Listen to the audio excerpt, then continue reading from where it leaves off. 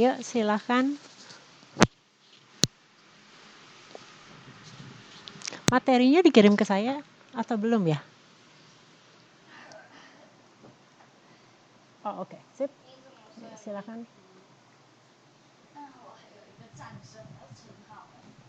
Kok yang ini? Tentang negosiasi, Mbak.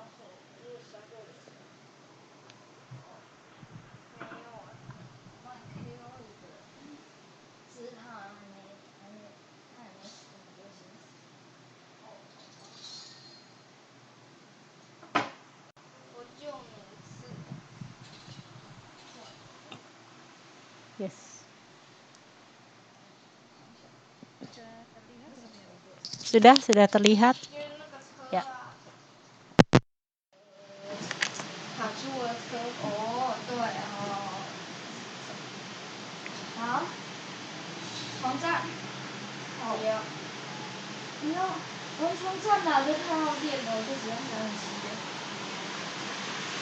Kemarin Siko sampai yang mana ya? Saya lupa.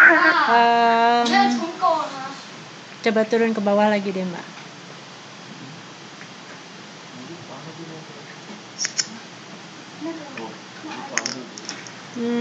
Terus itu tuh Kak, apa namanya? Yang mana? Taktik negosiasi kalau nggak salah. Yes, betul. Masuk ke sana. Tujuan udah. Prinsip.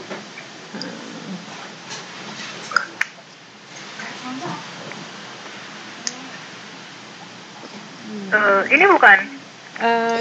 Iya. Kayaknya sebelum ini deh. Naik ke atas sedikit. Naik ke atas lagi. Loss win. Tipe Win-loss strategi. Nah, yang ini nih, sebelum ini belum. Ini teknik ini apa ya? Ya, mulai dari sini.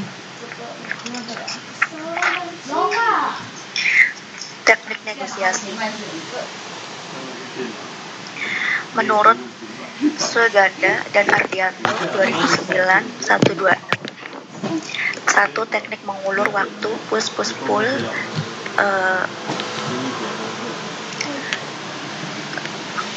Teknik mengalah untuk menang. 4. Teknik saling mendukung piggyback.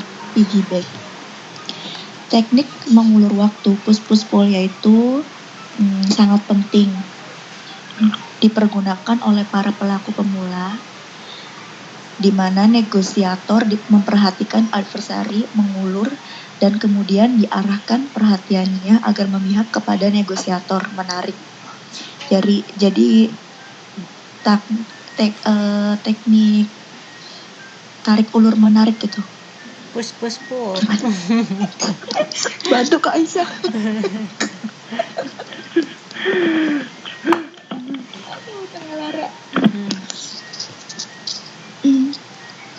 Terus 2. Teknik mengalah untuk menang.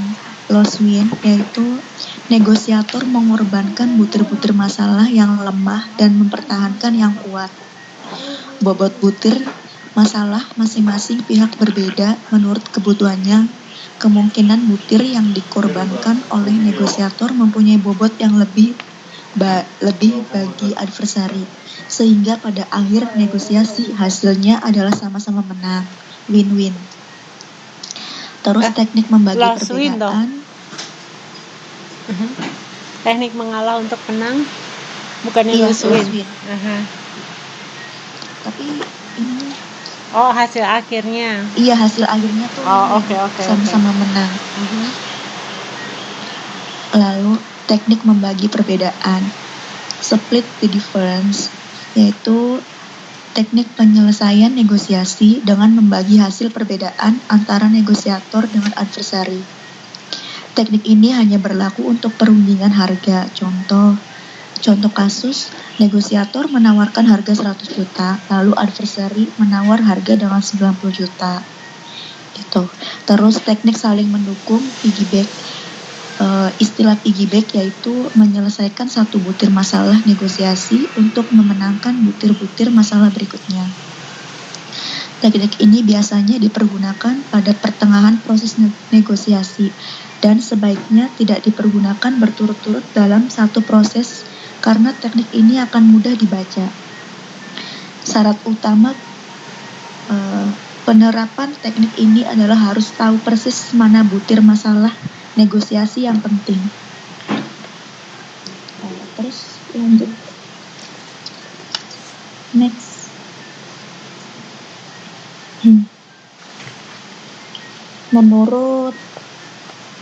Menurut Insinyur Haji Nazar Khan Yasin dalam bukunya Mengenal Klaim, Konstruksi, dan Penyelesaian Sengketa Konstruksi 2008, teknik negosiasi terbagi menjadi 4, yaitu teknik negosiasi kompetitif, 2 teknik negosiasi kooperatif, 3 teknik negosiasi lunak dan keras, 4 teknik negosiasi interest based. Teknik negosiasi kompetitif yaitu negosiasi yang bersifat alot, di mana kedua belah pihak memiliki posisi tawar bargaining position yang sama-sama tinggi. Kedua belah pihak terlibat dalam persaingan yang alot untuk mencapai kesepakatan. Ciri-ciri dari negosiasi kompetitif yaitu mengajukan permintaan yang tinggi di awal negosiasi, menjaga tuntutan agar tetap tinggi sepanjang proses negosiasi berlangsung, koneksi yang diberikan sangat langka dan terbatas. Terus secara psikologis, negosiator yang menguak teknik ini menganggap negosiator lain sebagai musuh atau lawan, lalu menggunakan cara yang berlebihan dalam melemparkan tuduhan-tuduhan dengan tujuan menciptakan ketegangan dan tekanan terhadap pihak lawan.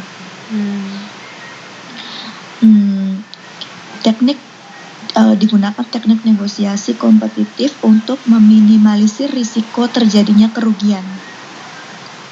Lalu teknik negosiasi kooperatif beranggapan pihak negosiator lawan bukan sebagai musuh, melainkan mitra kerja untuk mencari common ground. Para pihak berkomunikasi untuk saling menjajaki kepentingan, nilai-nilai bersama, dan bekerja sama. Lalu teknik negosiasi lunak dan keras yaitu menekankan pentingnya hubungan yang baik antara dua pihak. Teknik ini menekankan pada corak negosiasi yang mengandung risiko lahirnya kesepakatan yang bersifat semu serta menghasilkan pola menang kalah. Teknik ini mengandung risiko manakala negosiator tipe lunak menghadapi negosiator yang menggunakan ancaman. Lalu next. Yang interest based belum? Oh. Tadi kan baru yang lunak keras kan? Oh iya, tuh. Iya, apa? 4. Teknik negosiasi interest based yaitu sebagai tanggapan atas kategori keras lunak. Harvard Project mengembangkan teknik yang disebut interest based negotiation atau principle negotiation. Teknik ini merupakan jalan tengah yang ditawarkan terhadap adanya pertentangan teknik keras dan lunak. Teknik dipilih karena pemilihan teknik keras berpotensi menemukan kebuntuan di dalam negosiasi. Terlebih apabila bertemu dengan sesama negosiator yang bersifat keras, sedangkan tipe negosiator lunak berpotensi menjadi pecundang. Oke, bisa kasih contoh nggak? Ini gimana melakukannya? Kalau yang untuk kompetitif gimana? Yang kooperatif gimana? Contohnya yang kompetitif yaitu misalkan tadi contoh dari jual beli rumah itu. Iya. Gimana tuh kalau dari pihak pemilik menawarkan harga yang tinggi, terus kalau Anda sebagai pembeli gimana? Sebagai pembeli berbicara sebagai pembeli yaitu saya menerangkan bahwa rumah yang dia jual itu mempunyai kelemahan. Misalkan seperti bangunannya yang sudah agak tua, atau misalkan atapnya yang sedikit bocor, atau misalkan keramiknya yang agak-agak kusam atau gimana gitu. Terus temboknya yang Kompetitifnya di mana, Mbak? Temboknya yang agak-agak berwarna itu lusuh gitu deh. Yang kompetitifnya gimana? Maksudnya? Jadi kan ini kan ada 4 teknik nih, ya kan? Misalnya kasusnya kita mau beli rumah, ya. Nah kemudian yang punya rumah nih pokoknya ngasih harga dia nggak mau turun, gitu. Nah kalau kita pakai yang teknik negosiasi kompetitif itu gimana?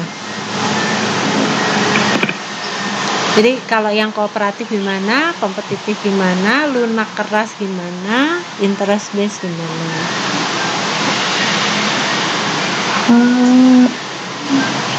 Apa ya? Ya, coba. Apa? Kan kalau yang Kak Aisyah dibantu. Sebentar, saya juga sedang berpikir. Ini kan teorinya nih. Nah, kalau misalnya prakteknya itu kayak apa?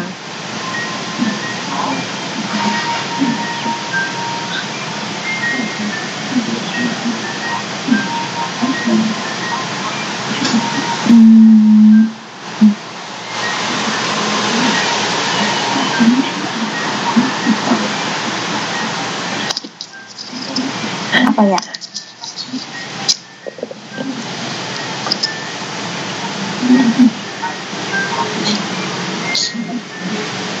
Aduh.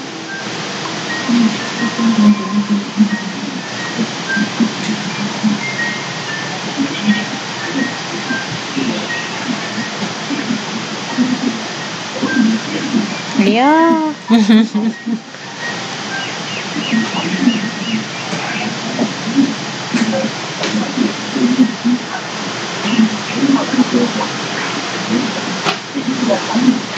Misalnya kayak kalau pas kita beli, misalnya ya, kita beli di pasar itu barang itu susah didapat gitu nih.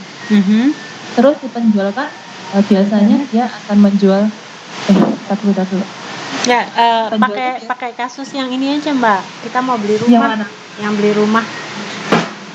Kasusnya kita pengen beli rumah. Dulu. Itu Sama-sama misalkan beli. rumahnya sangat langka atau terbatas gitu ya, Miss. Oh, mungkin gini. Rumahnya itu kan letaknya strategis, rame, dekat dengan jalan seperti itu. Terus penjual itu menawarkan karena ini loh jarang loh punya rumah yang strategis kayak gini, kamu bisa bikin toko lah. Terus dia menawarkan dengan harga yang tinggi gitu. Tapi sekarang kalau Anda sebagai pembeli yang kita pakai negosiasi kompetitif gimana itu? Gimana ya?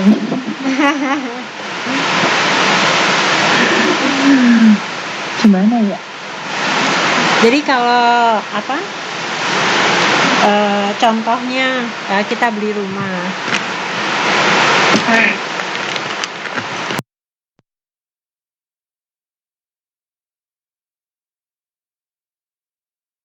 Saingan gitu ya. Nah, misalnya si yang jual rumah itu dia nawarin harga tinggi. Kita bilang, wah saya tuh ditawarin juga di tempat lain, kondisinya lebih bagus, harganya bisa lebih murah. Kenapa kok di situ ngasihnya lebih mahal gitu? Jadi kayak kita adu, kita adu gitu loh. Jadi kayak selain kita berusaha untuk mencari kelemahannya, tetapi kita seolah-olah kayak kita tuh ada pembanding. Itu kompetitif. Nah kemudian juga kalau namanya kompetisi itu, jadi jangan pada saat kita bernegosiasi itu kita tidak menunjukkan kelemahan. Jadi misalnya kita tidak menunjukkan bahwa kita tuh pingin banget rumahnya, walaupun sebenarnya kita pingin gitu ya rumah itu. Nah kalau kita pakai negosiasi kompetitif, saya nih cuma punya uang misalnya, dia nawarinnya 1 M, wah itu mah kemahalan, yang di lain tempat itu saya ditawarin cuma 900 juta.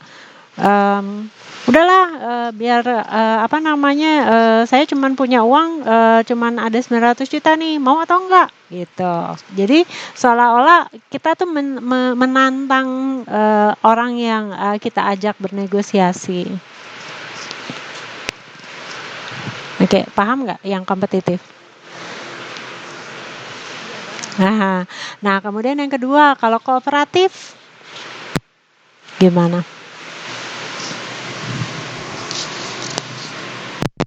Kerjasama gitu Ya, ya. jadi menganggap bahwa lawan bicara kita itu adalah teman kita gitu.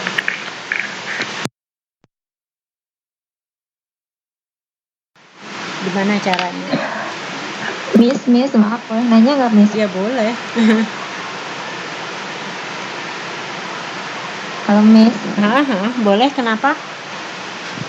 Di modul ya ditulis kalau negosiasi kompetitif itu berorientasi hubungan jangka pendek, sedangkan negosiasi kooperatif itu hubungannya jangka panjang. Maksudnya apa ya nih? Jadi kalau jangka pendek itu kalau udah ada tujuannya sudah tercapai, selesai. Tapi kalau negosiasi jangka panjang, begitu sudah selesai, itu kita masih tetap menjalin hubungan dengan orang yang kita ajak negosiasi. Jadi kalau negosiasi jangka pendek itu pokoknya yang penting saya menang gitu.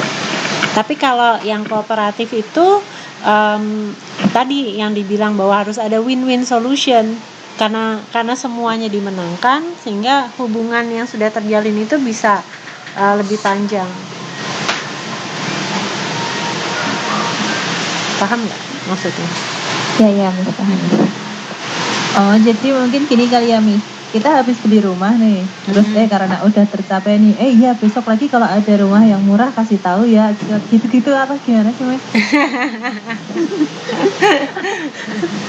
Bukan, kalau kooperatif ini kan negosiasinya ini kan sebelum sebelum tercapai tujuan. Iya, tujuannya kan kita pengen beli rumah.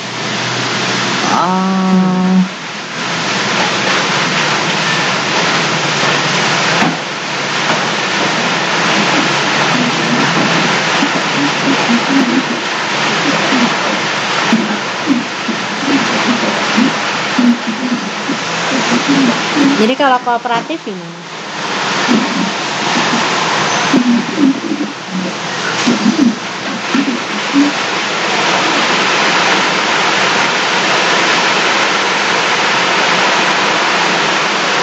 Oke.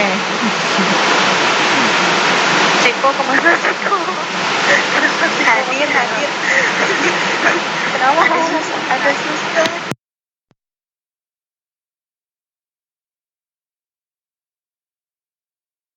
Pengen beli rumah, kita harus menganggap bahwa orang yang menjual rumah itu kayak teman kita. Jadi kita perlakukan dulu nih, kita bawain makanan, kita bawain kita ajak makan, sesuatu yang kira-kira orang ini suka. Nah kemudian kita ajak bicara, ya nih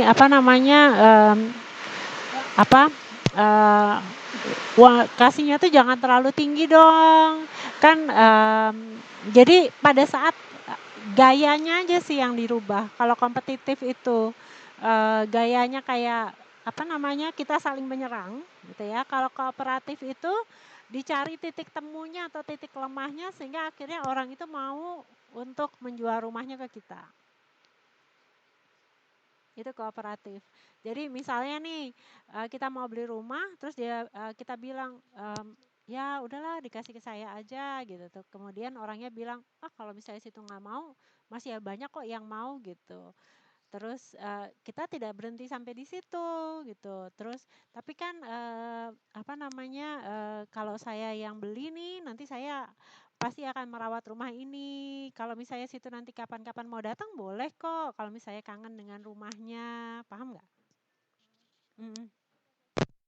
Ini kalau nggak sama kamu nggak tak kasih segini loh.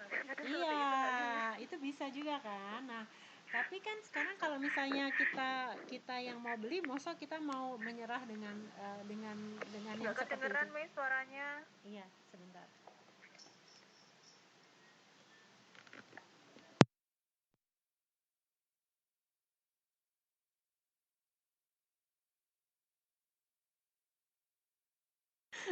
Ya pasti kalau misalnya orangnya bilang, ini kalau nggak sama kamu, saya nggak kasih murah, ya nggak apa-apa lah, sama saya jadinya dikasih lebih murah lagi gitu.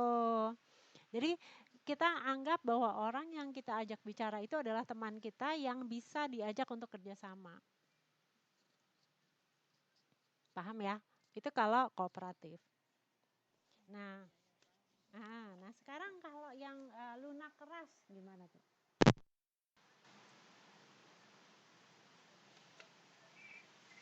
Yang lunak keras sekarang.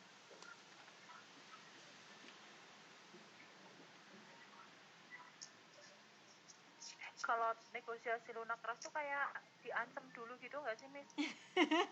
Maksudnya gimana? Iya, tekanan, menekan, bersikeras, memberi tekanan. Iya, ancam. Gimana tuh? Bisa seperti Miss, itu. suaranya kok nggak kedengeran sih Miss? Iya, soalnya nih kadang-kadang apa namanya, saya kalau ngomong kan masih pakai headset. Kalau saya pakai headset itu nggak, nah kan.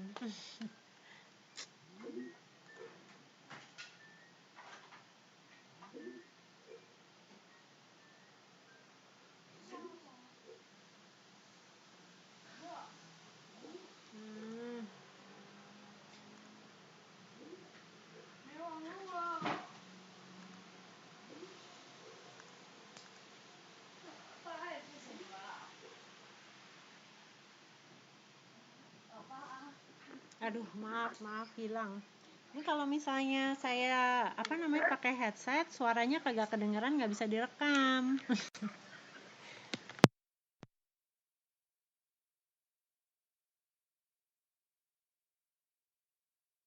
Gitu loh. Jadinya emang agak repot ini. Tapi apa namanya? Anyway, jadi sekarang kalau yang untuk lunak sama lunak keras ini gimana? Contohnya? Tadi yang sebenarnya itu gabungan antara yang sorry. Kalau yang negosiasi lunak sama negosiasi keras gitu ya. Sebenarnya ini kalau lunak itu kita menganggap orang itu sebagai teman, kalau yang keras itu kita menganggap bahwa orang itu sebagai musuh. Nah, jadi ini kita kayak memainkan apa? Memainkan itu loh. Pernah dengar nggak yang good cop, bad cop, polisi baik, polisi buruk? Pernah tahu nggak? Jadi kalau misalnya kayak contohnya interogasi penjahat gitu ya, itu biasanya yang datang interogasi ada dua, yang satu seolah-olah dia sebagai polisi yang baik, yang satu sebagai polisi yang buruk. Polisi yang buruk itu dia akan mengancam gitu kayak kamu kalau misalnya gini, terus nanti yang satu dia akan datang, oh apa namanya tuh, kalau misalnya kamu nggak mau ngomong, nanti kalau sama dia nanti kamu bakalan dihajar, makanya kamu ngomong aja sama saya karena saya lebih baik. Kalau ngomong sama saya itu pasti akan ada solusinya gitu. Itu kalau contoh yang polisi ya. Nah sekarang kalau apa kita mau beli apa namanya, beli rumah gimana tuh? Good cup, bad cup. Kira-kira gimana? Ada yang baik, ada yang seolah-olah ada yang menekan, ada yang lebih baik gitu.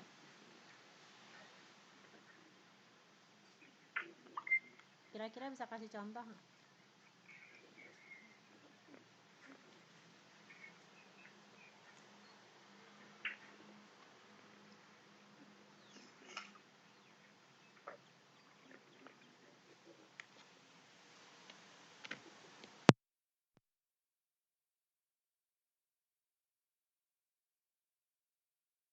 ini.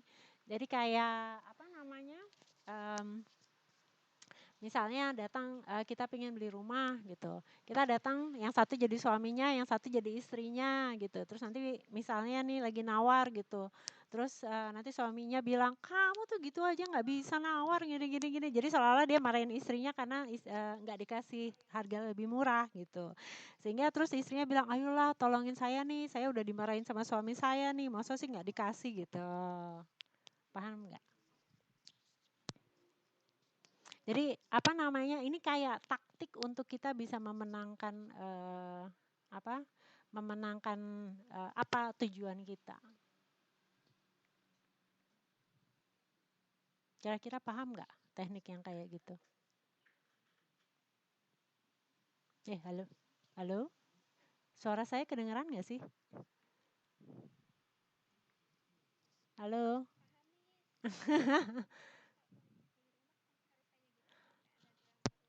Oh, apa namanya, itu kayak teknik yang kadang-kadang orang gunakan untuk mereka bisa, apa namanya, mendapatkan satu tujuan.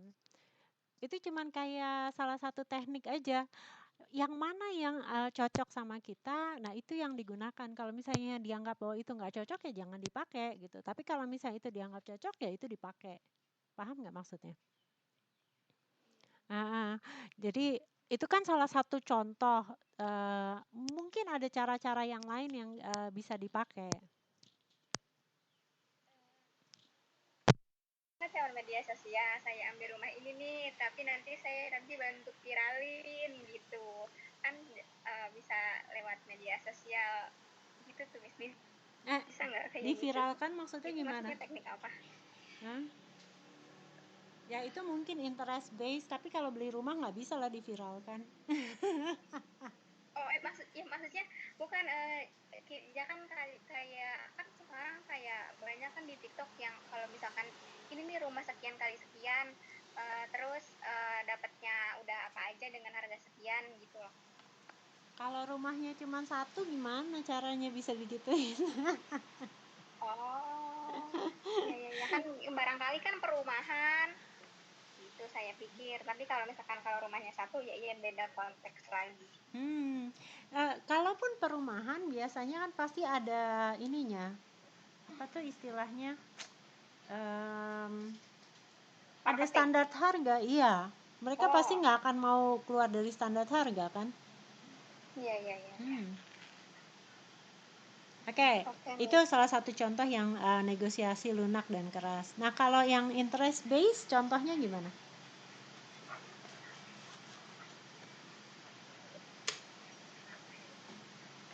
Kalau interest based itu maksudnya, jadi kita mencari apa yang disukai oleh si apa namanya, orang yang ingin kita ajak negosiasi. Kira-kira kalau misalnya kita mau beli rumah, kita pakainya yang interest based gimana tuh?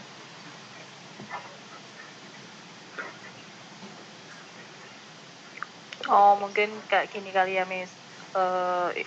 Dia lagi nyari rumah, terus dia kan sukanya shopping gitu. Ini rumah deket loh sama mall gitu, deket sama tempat gym loh, lah kayak gitu kayak ya, Miss ya.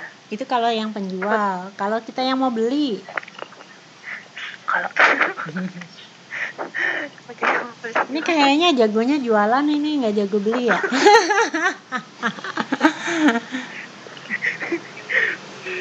kalau kita yang mau beli,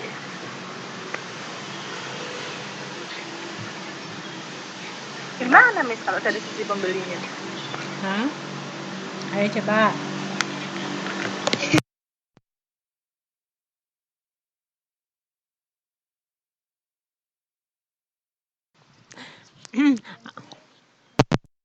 Apa si rumahnya itu mungkin dekat dengan tempat kerjanya dia kayak gitu kan? Itu tadi sama aku.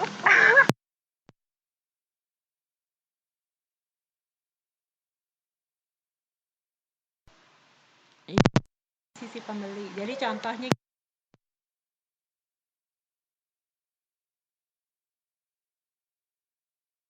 sukanya apa? Misalnya ternyata yang jual rumah ini dia hobinya apa ya, masak misalnya. Nah, kemudian kita datang, terus dari gitu kita mulai ngobrol tentang makanan, tentang masakan. Nah, kemudian mungkin tukeran resep. Jadi seolah-olah tuh di situ ada apa namanya? Ada ada ikatan dulu gitu. Sehingga akhirnya orang itu senang sama kita. Yang mana? Kalau kooperatif itu jadi kita mau bekerja sama gitu. Jadi apa ya istilahnya? Jadi kalau kooperatif itu kita cari apa yang bisa menguntungkan kedua belah pihak, itu kooperatif. Kalau interest base itu apa yang disukai oleh orang yang kita ajak negosiasi. Paham bedanya ya? Jadi kalau yang kooperatif itu misalnya kira-kira apa nih yang bisa menguntungkan kedua belah pihak, itu kita pakai. Kalau yang interest base, namanya interest itu apa yang menjadi minat. Jadi kita cari kira-kira orang ini sukanya apa. Nah, itu yang dulu yang kita buat supaya orang itu nyaman untuk negosiasi bareng kita. Oke.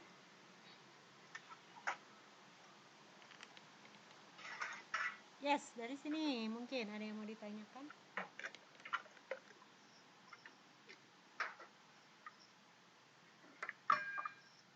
Lanjut ini ya, Miss. Oke, silakan.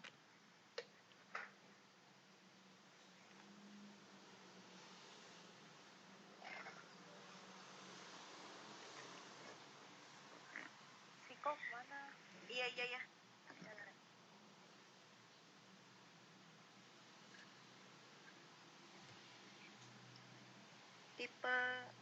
Tipe negosiasi. 1.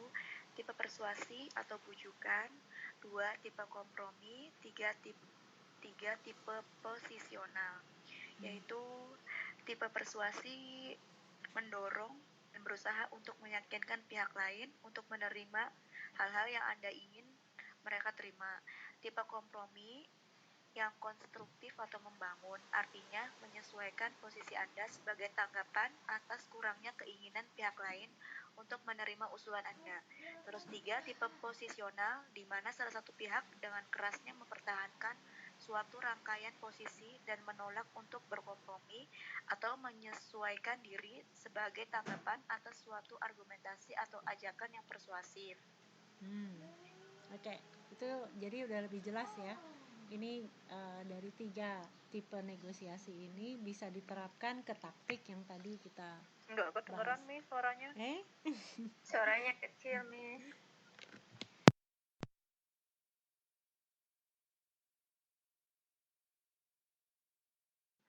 Nah, jadi taktik itu bisa digolongkan ke dalam 3 tipe negosiasi ini. Apakah bentuknya persuasi untuk meyakinkan, kompromi untuk kita kerjasama, atau posisional. Posisional itu kita mempertahankan apa yang posisi kita itu seperti apa. Oke? Yuk, next. Taktik negosiasi menurut Arbono 2005, pihak yang berselisih acap kali menggunakan taktik untuk memperoleh hasil yang diinginkan, yaitu 1. Membuat agenda, terus 2. Bluffing, 3. Bluffing, Mbak. Bluffing bukan tenggat bluffing. waktu, deadline, terus 4. Good guy and bad guy, terus 5. The art of concession, membuat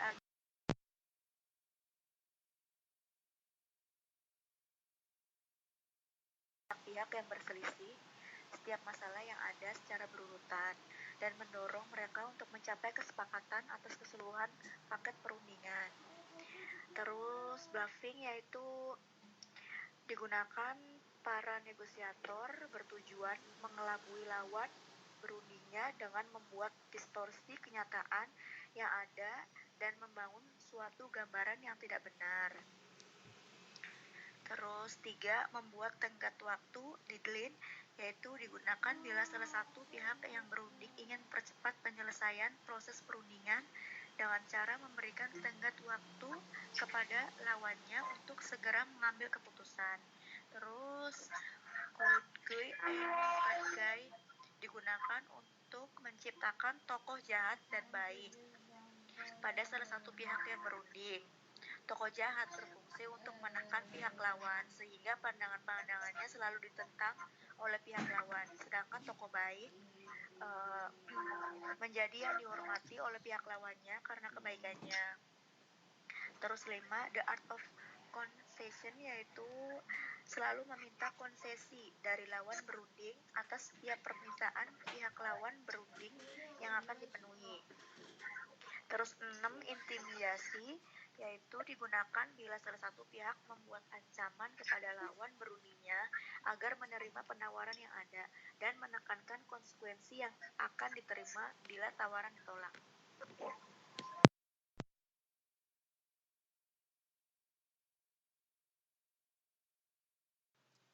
Oke. Jadi ngomongnya bukan bluffing tapi bluffing. Kemudian yang ini good guy, bad guy, atau ya tadi yang saya bilang good cop, bad cop. Itu. Oke.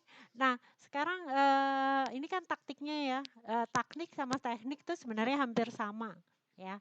Tapi mungkin kalau yang ini nih bisa lebih spesifik lagi untuk bisa dilakukan nih, ya. Misalnya sekarang kita ingin menegosiasikan apa ya?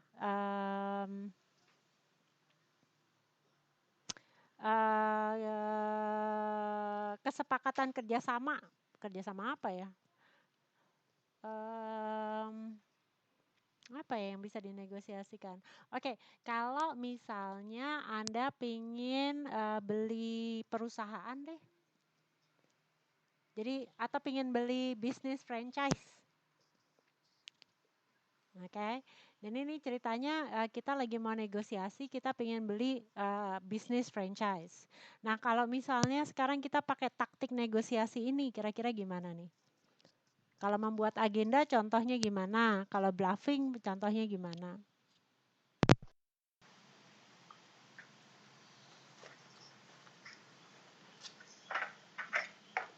Yuk. Kalau Anda pengen beli franchise nih, terserah mau beli franchise atau mau jual franchise. Enaknya yang mana?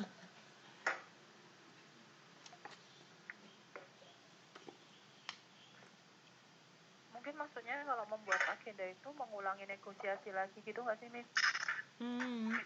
Misalnya nih misalnya hari ini kita mau beli rumah tapi belum sepakat nih harganya, terus ya udah coba deh lihat minggu depan kira-kira saya tanya dulu suami saya gitu apa gimana gitu Mas. Sebenarnya mungkin ngasih waktu lagi gitu. Misalnya kita kalau dari penjualnya ini saya sebenarnya ya nggak apa-apa Pak, nanti bisa dipikir-pikir lagi Pak, nanti kalau pamannya minggu depan Bapak berubah pikiran bisa hubungi kita lagi. Nah seperti itu bisa nggak sih Miss?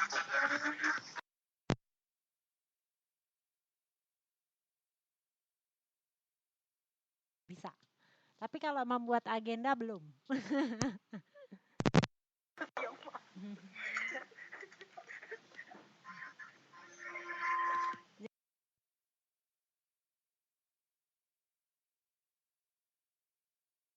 Kayak misalnya kalau misalnya masih mau pakai contoh yang beli rumah misalnya, ya, membuat agenda tuh kayak saya tuh cuman punya waktu hari ini saja gitu. Jadi ayo kita selesaikan supaya ini kita bisa segera kita bisa segera transaksi. Kalau misalnya memang ini diterima, tawaran saya diterima, kita bisa beli rumah.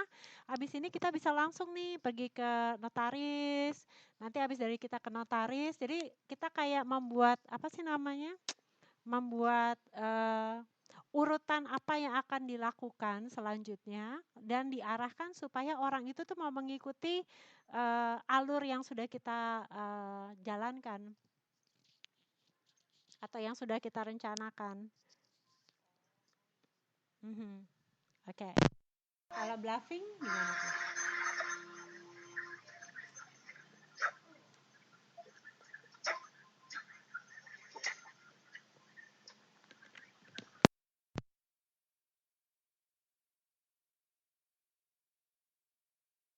istilahnya still omong kosong doang gitu loh. Itu bluffing. Jadi sebenarnya enggak gitu, tapi kita kayak oh aduh bisa dong dikurangi dikit gitu kan, terus pamannya si penjualnya nggak ngasih, ya udah deh kalau kayak gitu mah kayaknya saya nggak jadi beli soalnya dananya mepet nih, nah gitu kali nggak sih? bisa. Padahal sebenarnya duitnya ada gitu. Ya bisa itu bisa. Apa mungkin ini kalau nggak di sini nggak dapat nih rumah yang sebagus dan strategis begini, nah mungkin kayak gitu kali ya Miss. Yes, good. Oke. Nah, terus kalau yang tadi the art of concession. Maaf nih, Kedengeran gimana nih? kan ya? Jelas. Iya, ada suara apa gitu ya?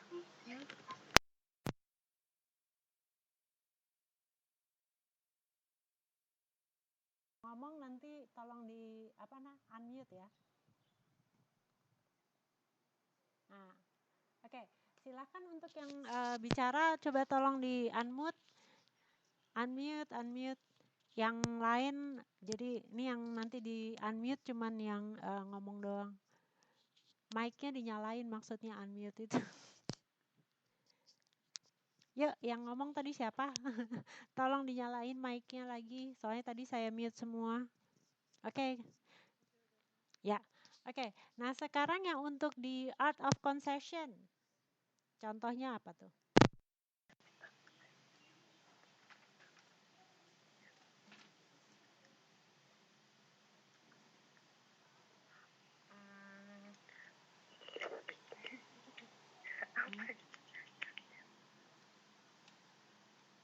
Nah, itu tuh. Mungkin gini, kayak jual beli rumah juga kayak gitu ya. Mungkin dari pihak penjualnya gini, boleh dibayar, misalnya nih boleh dibayar beda 20 juta gitu.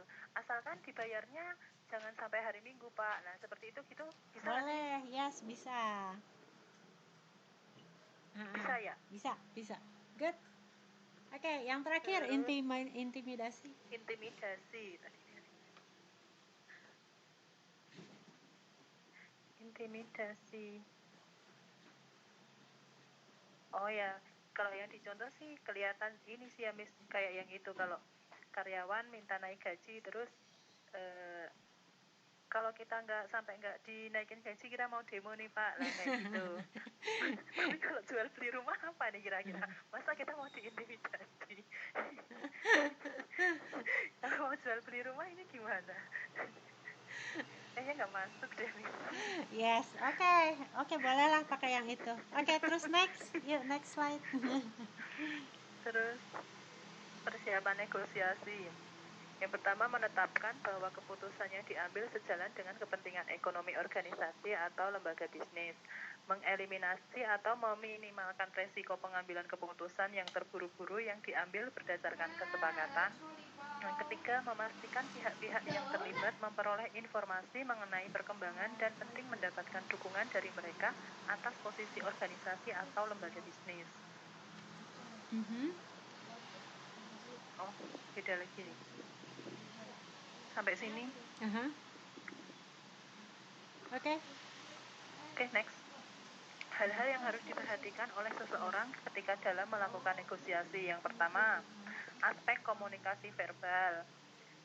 Biasanya nih negosiator harus menyadari tidak hanya pada apa yang dikatakan tetapi juga pada apa yang dikatakan pihak lain.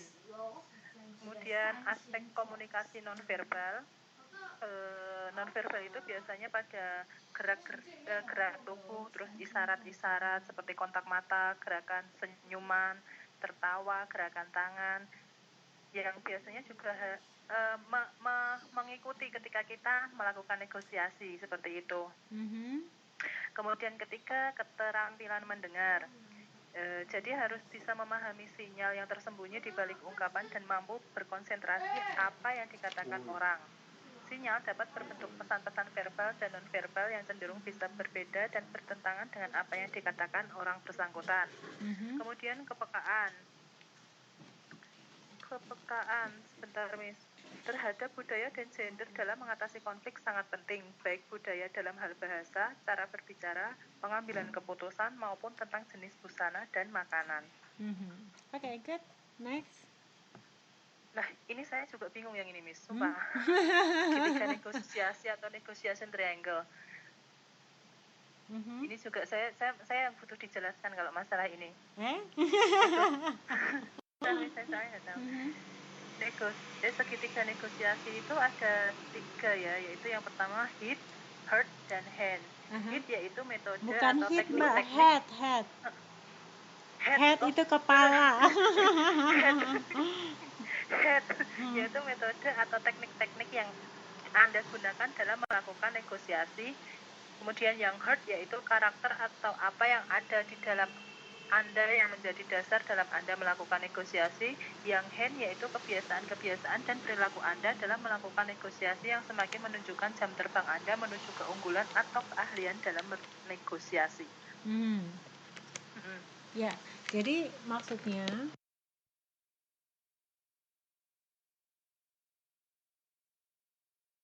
verbal, mendengar, kemudian peka gitu ya. Nah, itu semua bisa dicapai kalau kita menggunakan 3 ini nih. Jadi kita menggunakan head itu maksudnya akal sehat kita. Jadi taktik, teknik gitu ya. Itu masuknya ke head.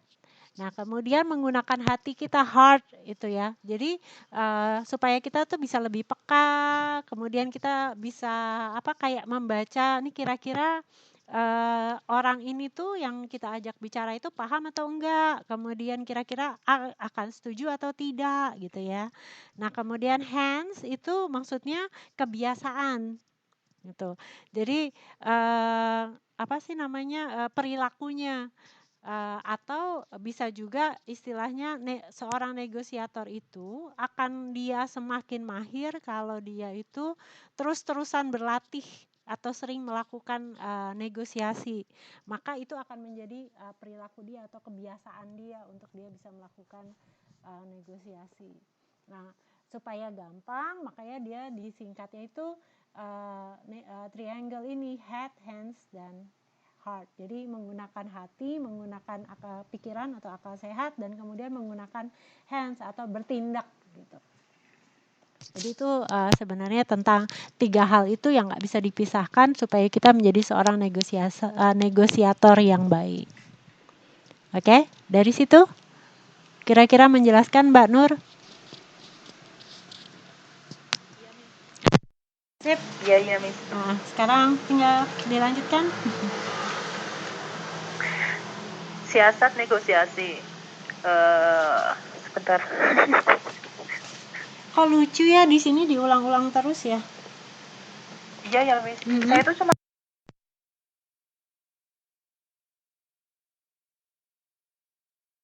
saat itu sebenarnya sama semua sih. ini nanti ada yang ketinggalan. Oke. Silakan. Jadi siasat negosiasi itu ada 3. Yang pertama, tunjukkan pengertian Anda. Yang kedua, buatlah orang lain menyadari penolakannya. Yang ketiga, mengevaluasi keberatan secara lebih fair. Misalnya, tunjukkan pengertian Anda. Ini harusnya tadi jatahnya Siko, jadinya saya tidak punya bekal kata-kata.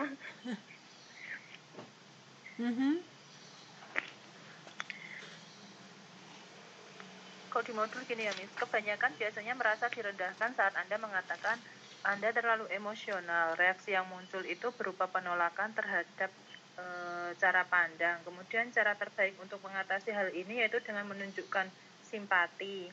Bukan berarti setuju, tapi mungkin ke yang ya saya mengerti. Nah, mungkin seperti itu kali ya, Miss ya. Menunjukkan pengertian itu maksudnya seperti itu. Terus membuat orang lain menyadari penolakan.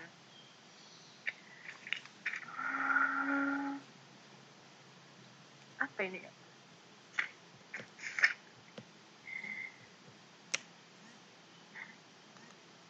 Saat Anda memasuki situasi yang beku, Anda pasti segera tahu bahwa Anda tidak diterima oleh orang lain, tapi Anda tidak sadar apa penyebabnya. Cara terbaik untuk mengatasi hal ini adalah Anda berbicara secara langsung mengenai penolakan tersebut, tapi bukan dengan cara yang menuduh. Contohnya, Anda kelihatannya dingin terhadap usulan terhadap saya. Apa ada yang salah dengan usulan ini? Pertanyaan singkat ini bisa mendorong orang lain mengungkapkan penolakannya. Yang ketiga, mengevaluasi keberatan secara lebih fair.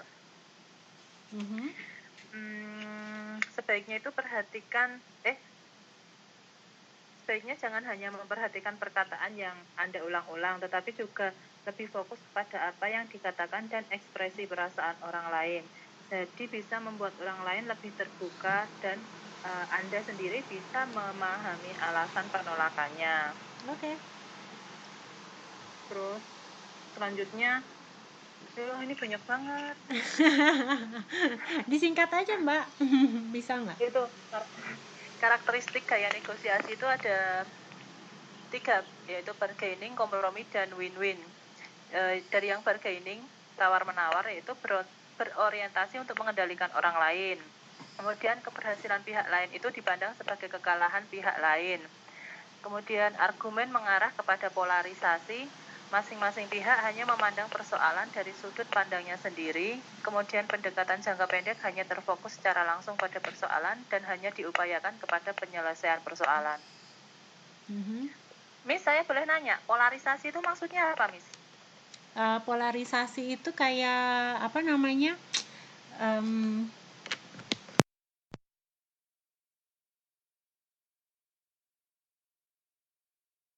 Ya, nah kemudian dari pendapat itu tuh ada sudut pandang yang berbeda lagi gitu. Jadi apa sih namanya, percabangan pendapat gitu. Jadi misalnya bumi itu bulat gitu ya. Oke, bulatnya tuh seperti apa? Apakah bentuknya elips ataukah kayak bola ataukah kayak yang itu yang maksud polarisasi. Nah, sehingga nanti akan membentuk ada kayak kutub gitu. Orang yang percaya bahwa oh, kalau bumi itu walaupun bulat, bulatnya itu kayak bola. Ada yang bilang enggak, bola bentuknya itu bukan kayak bola tapi bentuknya elips. Nah, itu maksudnya polarisasi. Ada dua hal yang atau yang satu percaya bumi itu bulat, satu itu percaya bumi itu datar. Jadi subjeknya itu cuma satu, bahwa itu adalah bumi. Itu maksudnya polarisasi. Jadi ada dua kutub yang berbeda. Jadi adu pendapat itulah ya, Miss. Iya. Kemudian yang kompromi, mengakui tidak mungkin dan dalam mengendalikan orang lain. Kemudian mengakui keterkaitan antara tujuan seseorang dan kepuasan pihak lain. Kemudian masing-masing pihak menerima posisi lawannya sekalipun dengan segan. Kemudian pemahaman parsial atau posisi pihak lain. Kemudian mengakui kebutuhan akan hasil penyelesaian persoalan. Sedangkan yang gaya win-win berorientasi pada persoalan yang ada atau kita, maksudnya gimana nih, kita lawan persoalan. Hah? Apa tuh? Iya, saya juga nggak mudeng di modul tuliskannya begitu, kita lawan persoalan. Maksudnya dia gimana nih, kok kita lawan persoalan?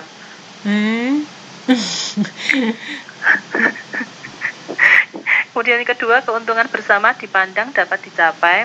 Kemudian mencari berbagai pendekatan untuk meningkatkan peluang mencapai persetujuan. Kemudian masing-masing pihak saling memahami sudut pandangnya. Kemudian pendekatan jangka panjang untuk menjaga hubungan baik. Kemudian persoalan tugas dan hubungan baik tetap diperhitungkan. Jadi itu maksudnya kalau win-win itu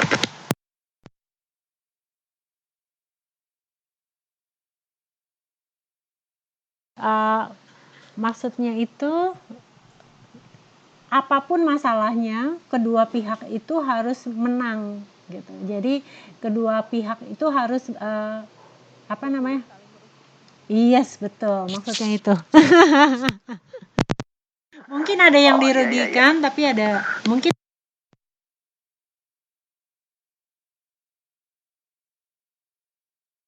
identifikasi kebutuhan kedua belah pihak, urun rembuk menyusun kemungkinan penyelesaian, 3. Evaluasi alternatif, 4. Implementasi penyelesaian, 5. Tindak lanjut penyelesaian. Ini harus dijelaskan juga ya, Miss? Nggak usah, tadi kayaknya udah kan ya? Oh ya, alhamdulillah. Negosiasi menang-menang, yaitu win-win negotiation adalah gaya yang terbaik dan bisa memberikan kepuasan pada masing-masing pihak. Ada kalanya menggunakan gaya bargaining apabila pihak lain berupaya untuk mendominasi dan tidak menunjukkan sikap kerjasama. Kemudian pilihan gaya negosiasi itu ada dua, yaitu pendekatan bargaining dan pendekatan menang-menang. Pendekatan bargaining itu dilakukan biasanya saat terjadi konflik kepentingan antara kita dengan pihak lain. Kemudian saat pihak lain itu memaksakan untuk menggunakan pendekatan kalah menang. Kemudian saat kita tidak memerlukan lagi hubungan yang harmonis dalam jangka panjang dan saat kita merasa cukup kuat. Sedangkan pendekatan menang-menang dilakukan saat kita dan pihak lain itu memiliki kesamaan kepentingan, kemudian saat pihak lain ingin mempertimbangkan pendekatan menang-menang, kemudian saat hubungan yang harmonis dan berlanjut amat dipentingkan, dan saat Anda atau kita berada dalam posisi yang lemah atau kekuatan kita itu setara dengan kekuatan lawan. Oke. Kemudian sikap yang harus dihindari dalam negosiasi. Sebenarnya ada banyak tapi hanya ditulis beberapa. Yang pertama, mengubah perundingan menjadi perdebatan, bukannya berusaha meyakinkan pihak lawan. Kemudian menggunakan paradigma negosiasi jangka pendek untuk konteks hubungan bisnis jangka panjang, mengurusi manusia bukannya mengurusi masalah, akibatnya membuat musuh baru. Kemudian mencampur adukan gaya atau model negosiasi dan isi, tidak mempersiapkan diri secara baik dan sistematis sebelum negosiasi berlangsung. Kemudian melakukan perundingan tanpa sasaran. Kemudian merasa puas karena sudah melakukan penekanan meskipun sebenarnya baru sedikit penekanan yang berhasil dicapai. Kemudian selalu melakukan perundingan dengan cara yang sama, menganggap perundingan atau negosiasi hanya sebagai perbedaan pendapat semata, kemudian mengadakan perundingan tanpa memiliki informasi yang cukup dan tidak berusaha mencari sendiri informasi yang dibutuhkan untuk memperoleh informasi yang lengkap. Oke. Kayaknya udah, Miss, kayaknya. Ya.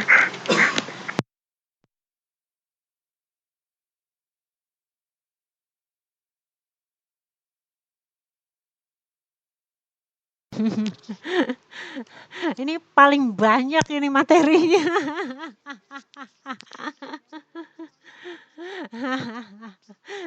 Enggak apa-apa. Oke, ada yang mau ditanyakan? Kalau nggak ada, berarti oke, kita bahas yang bagian pertama tentang negosiasi ya, yang tugas 2. Ada yang ingin presentasi hari ini? Untuk tugas 2.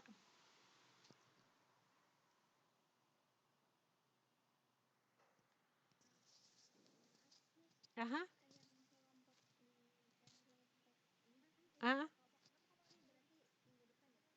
Hari ini kalau misalnya bisa, ini kan kita bahas negosiasi sedikit, terus habis gitu kelompok 6 mulai bahas yang tentang buat surat itu kan ya. Yes. Ada yang atau ya udah deh kita masukin yang kelompok 6 dulu deh yang presentasi. Oke. Jadi kan biar minggu depan tinggal presentasi ya. Kan nanti nggak bisa kelompok 6 kayak gimana aja. Oke. Iya gitu. Silakan kelompok 6.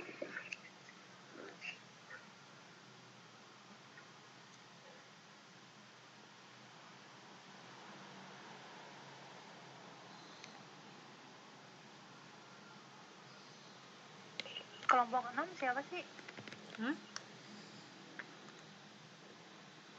Kalela ya? Yes. Kalela sama Mas Hari ya? Yes, betul. Kalela sama Mas Hari. Ada nggak? Kak Lela.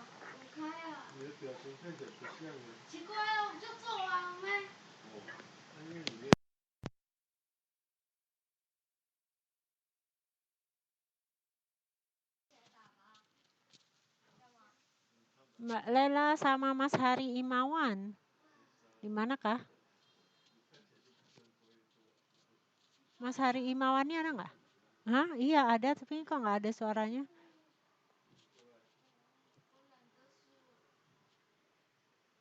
Mas Hari Imawan ini nggak ada ya?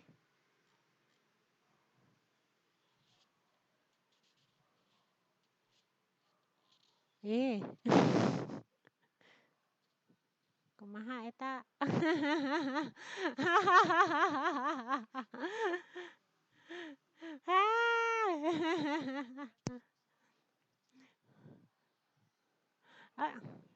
Aha.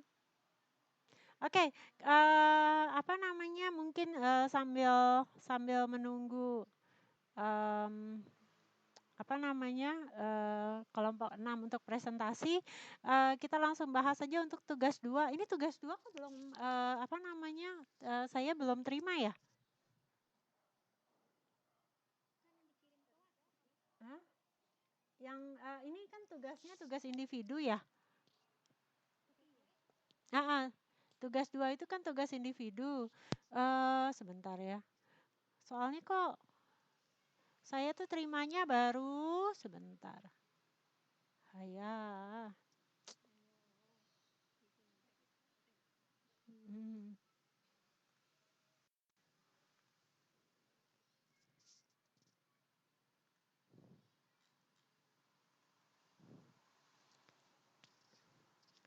Iya, saya baru terima 1 tugas loh. Iya. Iya. Hah? Sebentar sebentar sebentar. Eee, iya?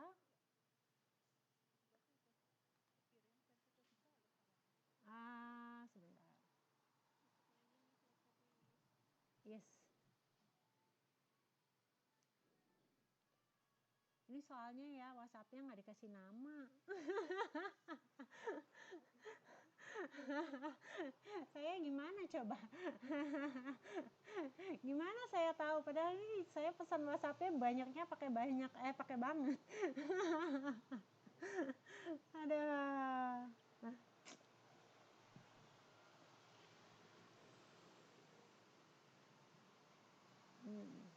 Oke, kita bahas aja deh langsung. Untuk yang masih belum mengirimkan, hari ini terakhir ya untuk mengirimkan tugas 2. Sambil kita menunggu ini kelompok 6 untuk presentasi. Yang nomor 1, kalau Anda telah bekerja di perusahaan selama 5 tahun, kemudian Anda menginginkan kenaikan gaji. Nah, Anda kan harus melakukan negosiasi nih untuk Anda bisa menerima kenaikan gaji. Kira-kira apa yang akan Anda lakukan? Yuk, siapa yang mau menjawab?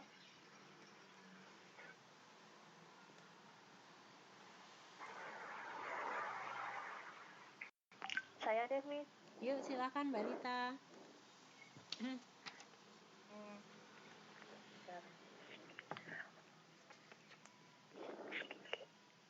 Ketika kita menginginkan kenaikan gaji, hal yang harus kita lakukan yaitu bernegosiasi dengan perusahaan.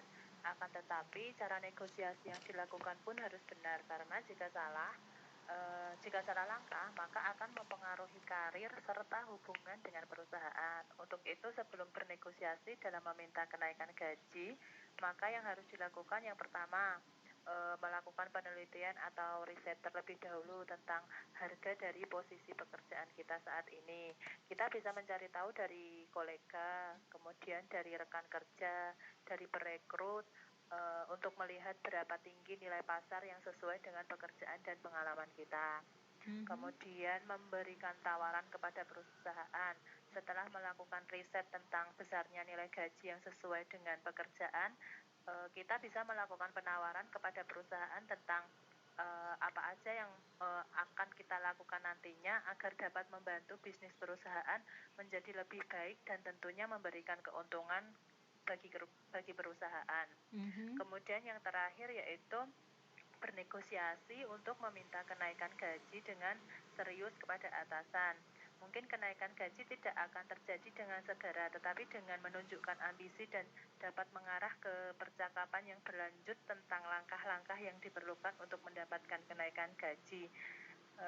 Tapi juga sebagai karyawan sebaiknya tidak terpaku pada jumlah atau nilai gaji yang ditawarkan, tetapi juga mengingat prospek jangka panjang sebagai karyawan dan perkembangan karir. Begitu, Miss. Oke, good Mbak Lita. Mungkin ada yang Miss. Siapa? Oh, Mbak Aisyah. Salah.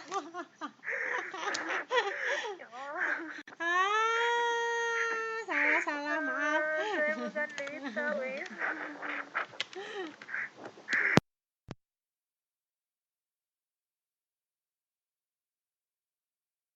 juga berpenjar, saya pikir Mbak Lita.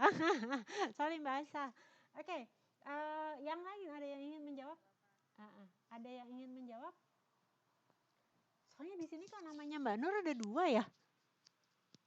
Emang yang satu pakai laptop. nih. Oh, pantesan. Oke. Ya, ada yang lain yang ingin menjawab untuk nomor 1? Ya.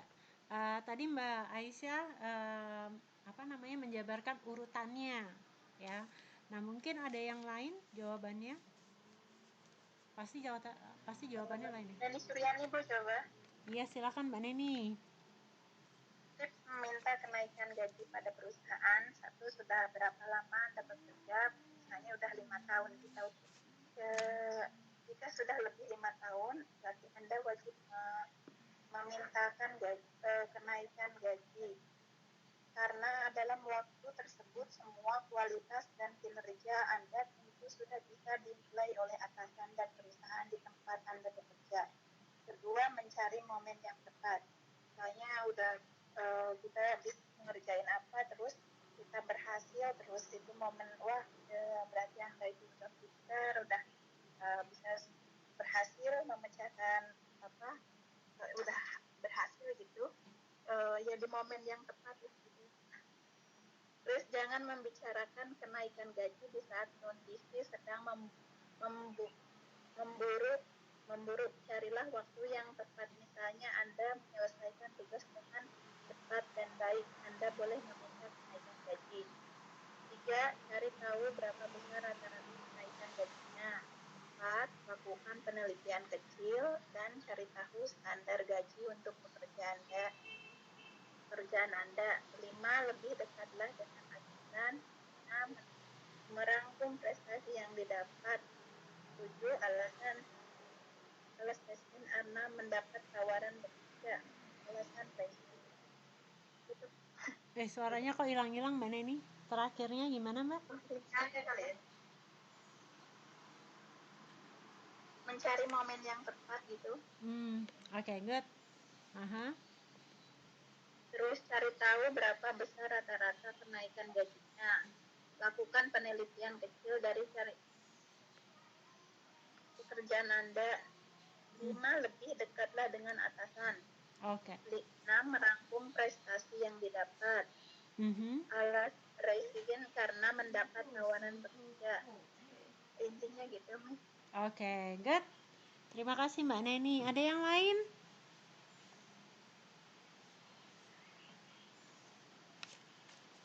Yang lain?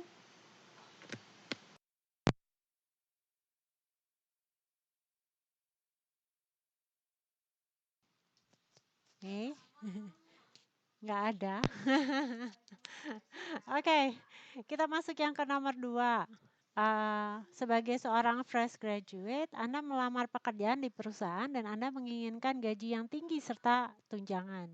Apa yang akan Anda lakukan supaya Anda bisa mendapatkan gaji yang tinggi dan tunjangan pada saat Anda melamar pekerjaan? Ya. Siapa yang mau menjawab?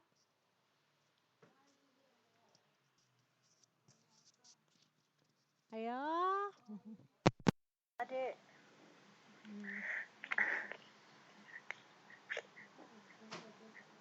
Ayo.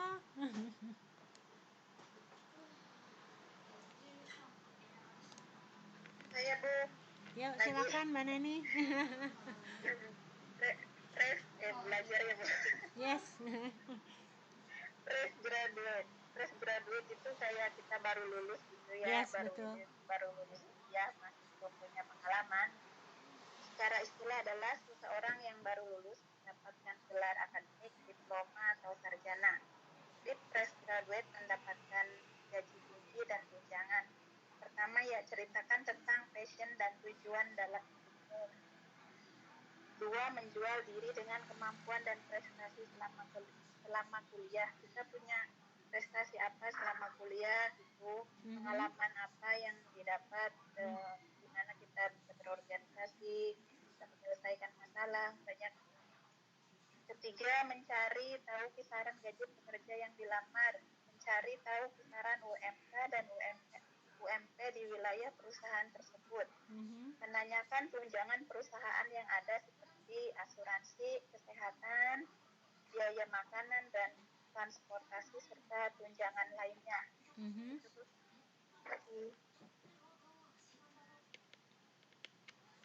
Udah?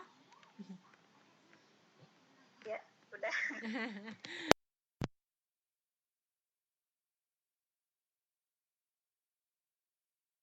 Apa namanya, nilai yang paling tinggi 100. Kalau yang hari ini tidak menjawab, yang nilai paling tingginya paling saya kasih 70.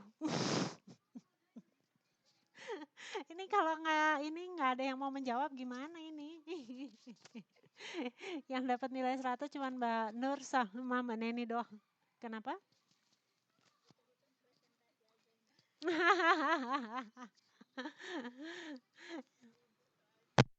Kerja juga. Yes, nggak apa-apa Mbak. Oke, yang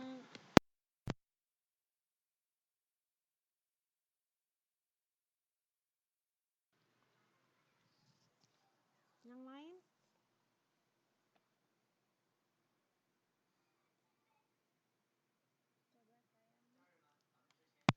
Silakan Mbak Dede. Sebagai seorang fresh graduate yang benar-benar buta dengan dunia kerja, di saat kita mau interview itu kita mengetahui, kita mencari dulu tentang pertanyaan-pertanyaan apa yang akan dilontarkan oleh pewawancara atau HRD dan melakukan riset terlebih dahulu mengenai posisi yang dilamar dan informasi-informasi dasar mengenai perusahaan, sehingga kita bisa mengetahui kelebihan-kelebihan di bidang pekerjaan yang saya akan lamar itu, Miss, dan menceritakan kelebihan yang saya punya kepada pewawancara, kayak gitu, Miss. Oke, good. Lalu di saat HRD itu melontarkan pertanyaan dan saya harus menjawabnya dengan tenang dan jujur, karena itu sebagai kesan pertama gitu dari buat pewawancara, jadi yang akan yakin terhadap saya gitu, Miss. Kalau di interview sama HRD itu kita ditanyanya jawabnya harus tenang dan jujur gitu, Miss. Jadi membuat kesan pertama yang baik gitu. Lalu saya yang menceritakan itu, Miss, kita kan meminta gaji yang gede nih, jadi kita menceritakan kelebihan apa dan skill apa yang kita punya di posisi yang kita lamar itu, Miss. Good. Gitu, Miss. Yes.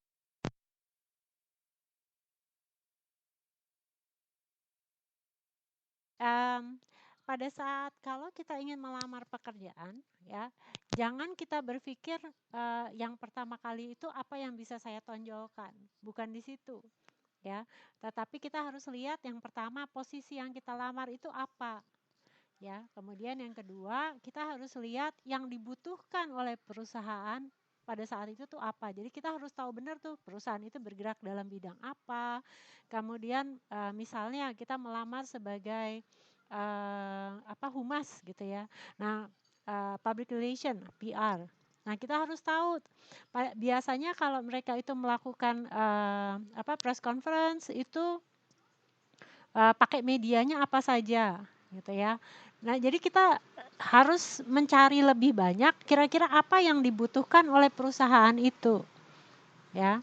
Nah, setelah kita tahu apa yang ingin dicapai oleh perusahaan tersebut, baru setelah itu kita masukkan nih apa yang kita bisa lakukan sehingga kalau kita menduduki posisi tersebut, maka kinerjanya akan menjadi lebih baik dibandingkan sebelumnya. Jadi apa saja kontribusi yang bisa kita lakukan selama kita sudah ada di perusahaan tersebut, sehingga nantinya pada saat pada saat kita negosiasi gaji, mereka itu nggak ragu untuk mereka memberikan gaji yang tinggi kepada kita. Oke, paham? Jadi jangan fokusnya kepada saya gitu ya, jangan fokusnya kepada saya, tapi fokusnya harus justru kepada perusahaan yang ingin kita lamar. Oke, nah sama juga tadi yang nomor 1, pada saat kita ingin naik, minta supaya naik gaji, ya. Selain tadi poin penting yang disampaikan oleh teman Anda itu bagus banget gitu ya. Kita harus cari momen yang tepat kapan kita bisa meminta kenaikan gaji, terutama setelah kita sudah menunjukkan prestasi yang spektakuler gitu, yang bagus, baru kita di situ kita bisa minta untuk naik gaji, ya. Tapi selain itu kita juga harus memberikan kalau saya naik gaji, kira-kira apa nih performance apa yang akan kita tingkatkan supaya kita bisa memberikan yang lebih buat perusahaan. Ya, itu yang juga poin yang sangat penting kalau kita ingin meminta kenaikan gaji. Apa yang kira-kira kita bisa sumbangsikan lebih lagi gitu ya. Ini kelompok 6 udah ada? Mbak Lela sama Mas Herman, ya. Sorry, Mas Hari Imawan, Mas Hari Imawan sudah ada. Iya nih, Mbak Lelanya kemana kah? Mbak Lela.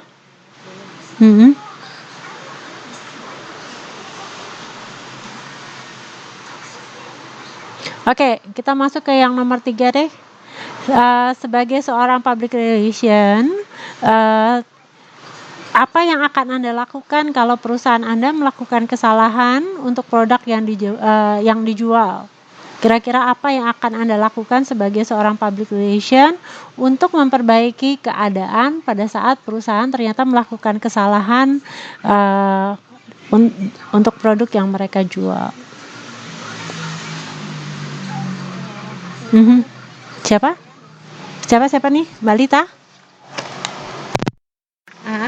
Oh, silakan Kak. Mbak Lita dulu apa Mbak Marlutin dulu? Soalnya di jalan jadi tadi nggak bisa interaksi, ini buru-buru banget. Jadi baru nyampe kayak gitu. Bisa Miss dijawab atau Neng Lita dulu? Iya. Apa kan kalau Mary mah di jalan, kalau saya mah enggak. Duluan aja. Udah nyampe sih.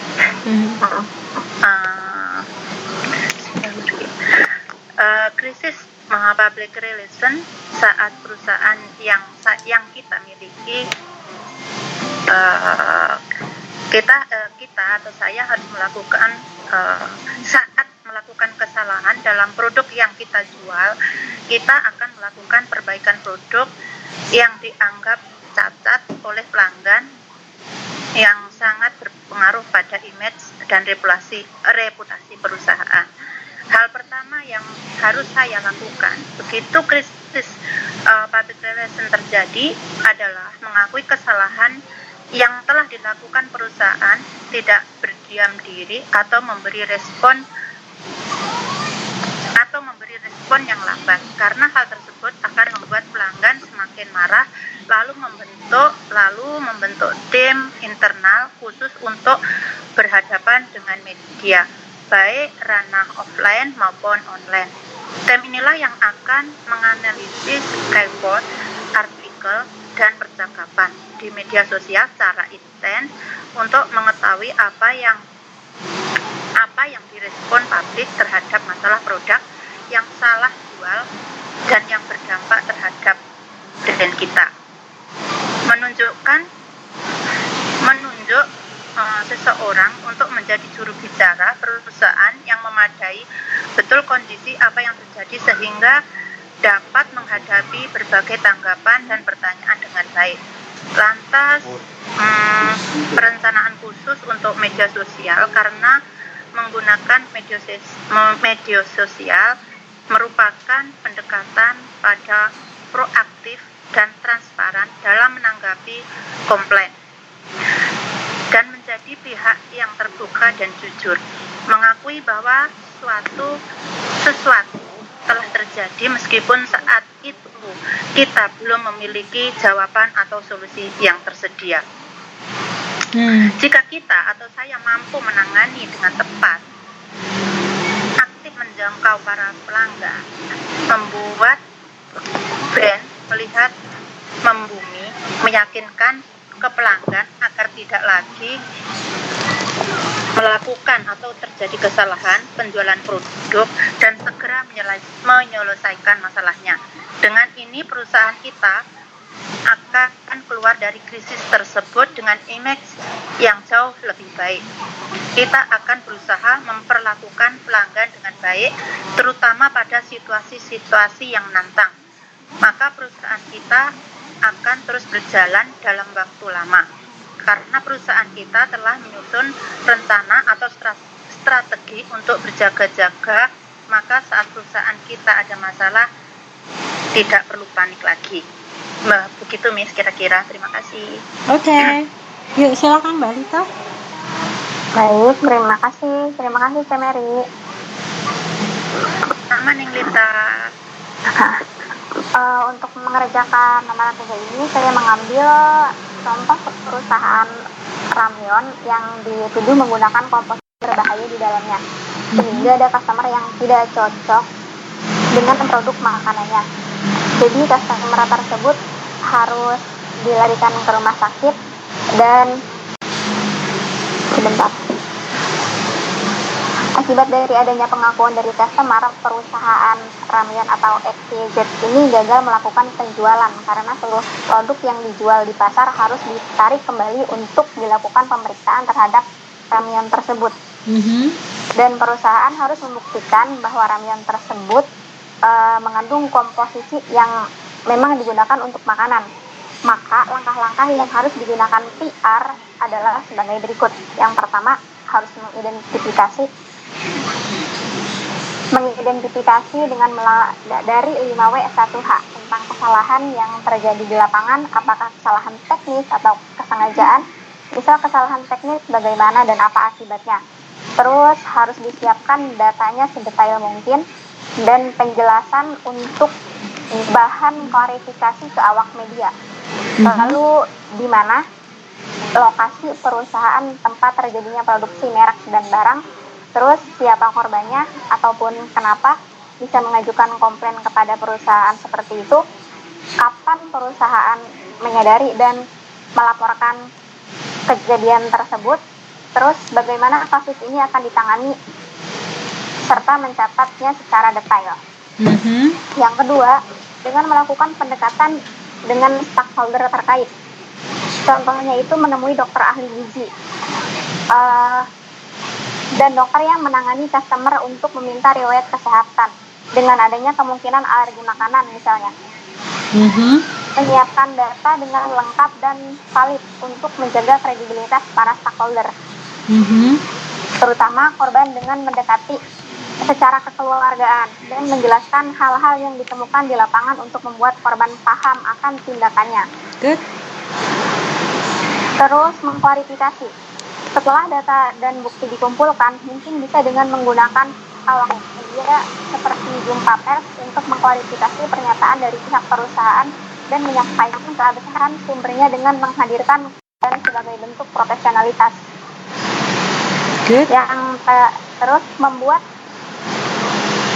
kegagalan menjadi kesempatan emas untuk menaikkan citra perusahaan menjadi normal. Langkah terakhir mungkin bisa dengan memberinya kesempatan bekerja di perusahaan atau memberi uang untuk biaya penyembuhan sebagai permintaan maaf kesalahpahaman, ataupun hanya sekedar memberinya saja seperti itu. Dan yang terakhir, perusahaan harus melakukan evaluasi agar bisa lebih hati-hati lagi ke depannya. Perusahaan bisa mengambil kesimpulan dengan secara lebih detail bersama dengan versi yang ada di perusahaan. Itulah setiap komponen di perusahaan itu harus lebih hati-hati lagi gitu, biar kejadian serupa tidak terjadi lagi.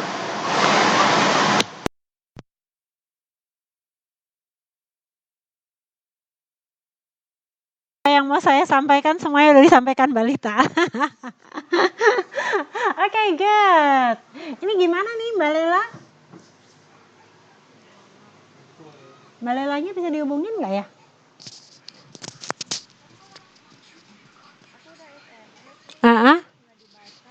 Oh, apa nggak siap presentasi kali ya?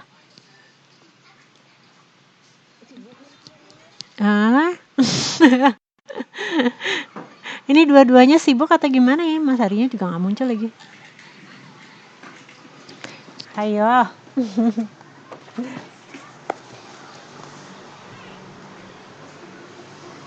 Oke.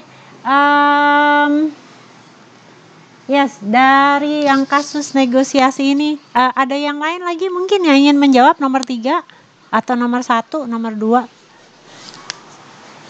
Ada yang ingin menjawab mungkin?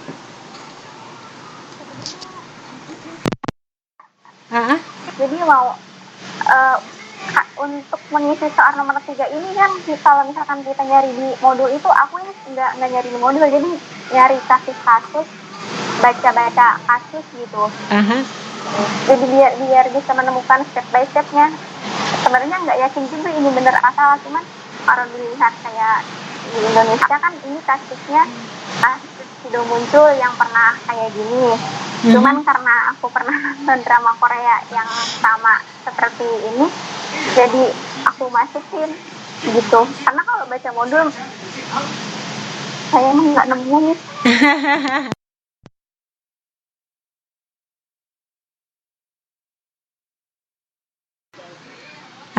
Gimana Mbak Neni? Sorry.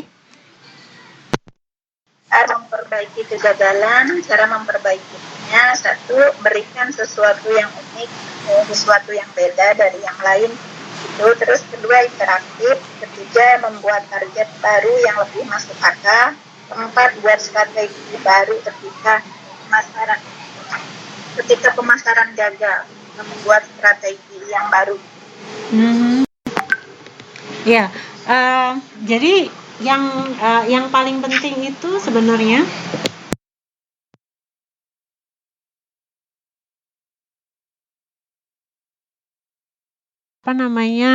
jurusan komunikasi, ya. Jadi kalau namanya jurusan komunikasi itu sebenarnya bagaimana Anda bisa menjawab apapun masalahnya, gitu. Nah, supaya Anda bisa menjawab atau mengatasi apapun masalahnya, berarti kan Anda harus lebih banyak lebih banyak mencari, gitu ya, lebih banyak mencari informasi, membaca informasi. Makanya kenapa kok saya masukkan soal nomor 3 ini, tujuannya supaya tadi yang Mbak Lita lakukan itu, jangan hanya mencari di buku, tetapi mencoba mencari informasi atau sumber-sumber lain yang di luar, ya. Nah, di sini ya, yang saya harapkan pada saat Anda menjawab adalah kalau Anda posisinya sebagai seorang public relation. Nah, kalau misalnya Anda bertanya public relation itu apa, ya. Nah, berarti Anda harus mencari dulu, ya. Apa yang dimaksud dengan public relation? Apa yang harus mereka lakukan sebagai seorang PR? Gitu ya. Nah, setelah Anda tahu apa itu public relation dan apa yang harus Anda lakukan, nah kemudian langkah-langkah apa yang Anda bisa lakukan. Jadi bukan teori 1, 2, 3 gitu ya. Nah, tapi tindakan nyata apa yang Anda bisa lakukan. Paham ya? Itu yang saya harapkan memang. Untuk Anda mencari sumbernya bukan cuma dari buku, tetapi juga cari dari sumber-sumber yang lain. Akan lebih bagus lagi kalau Anda bisa memasukkan kasusnya. Ya. Tadi apa yang dilakukan oleh Mbak Lita bagus banget. Oke. Ada yang lain mungkin yang ingin menjawab? Ingin menambahkan atau ingin mengurangi?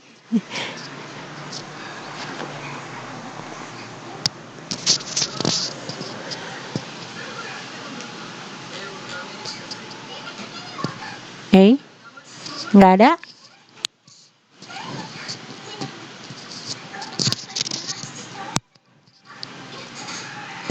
Ada atau nggak ada? Ini jurusan komunikasi tapi kok tidak ada komunikasinya, tolong dong. Yang tidak bersuara lagi itu mungkin kerja jongkok, jadi sibuk.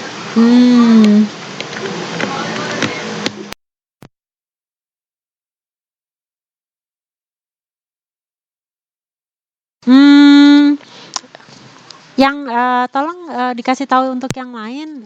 Saya menunggu untuk jawaban yang tugas 2 ini paling lambat hari ini ya. Jadi kalau lewat hari ini, apa? Hari ini paling lambat jam 5. Ya. Iyalah. Harusnya minggu lalu loh. Yes. Yang udah gitu takutnya kan kayak misalnya kan di LMS itu kan takutnya misalnya nggak bisa ngedownload apa gimana gitu. Oke. Karena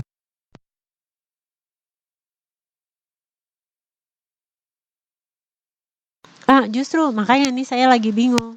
Saya ngecek di LMS dari sampai tadi pagi itu saya masih belum bisa melihat ada yang sudah submit. Makanya saya bilang saya juga nggak bisa nggak bisa download dari sana. Jadi iya serius. Iya. Terus kita harus kirim kemana itu men? Kalau seandainya itu?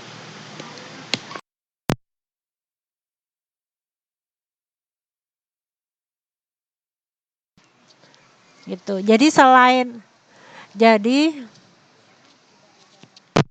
biasanya bilang kan nggak bisa di download kayak gitu. Terus gimana caranya kita bisa tahu siapa yang udah siapa yang belum kayak gitu?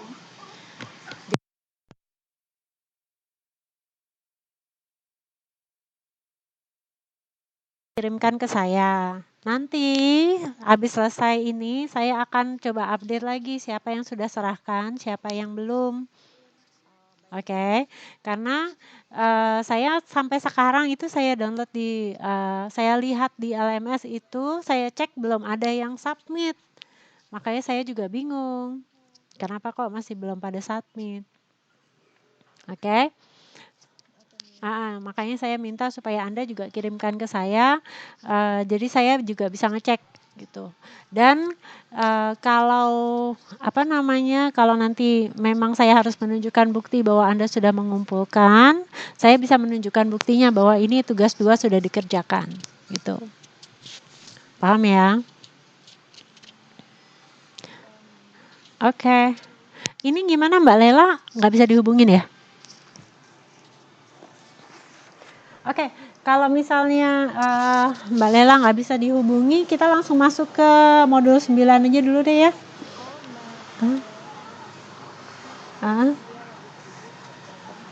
Oh, nah terus bisa presentasi atau enggak?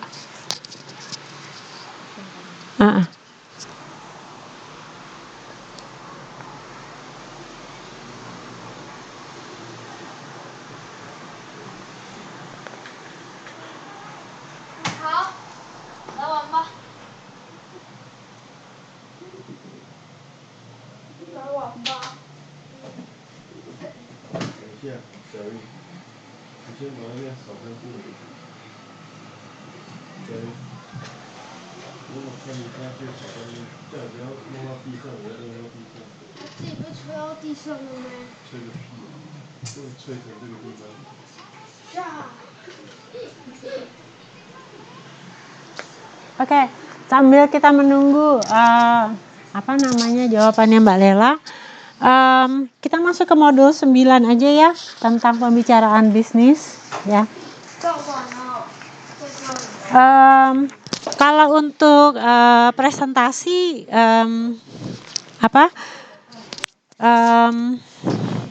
teorinya pasti Anda bisa baca gitu ya. Nah, tapi sekarang prakteknya nih pada saat presentasi. Kita kan ini sudah pertemuan ke-7 ya. Dan setiap kali pertemuan kan Anda sudah mulai untuk presentasi. Nah, kalau saya boleh tahu, apa sih yang Anda rasakan pada saat presentasi? Masalah apa yang muncul pada saat Anda presentasi? Blank. Oke, apa lagi? Guys. Halo? Akhirnya muncul juga. Halo.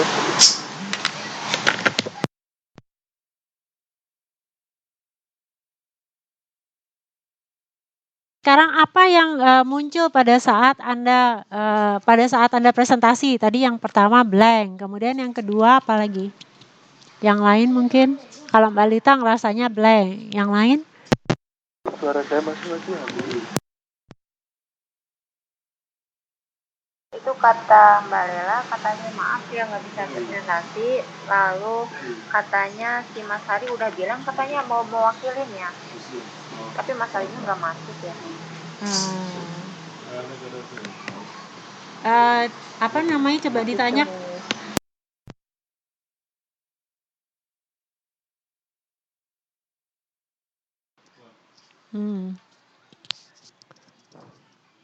Oke, tadi blank. Apalagi yang Anda rasakan pada saat Anda presentasi? Nervous.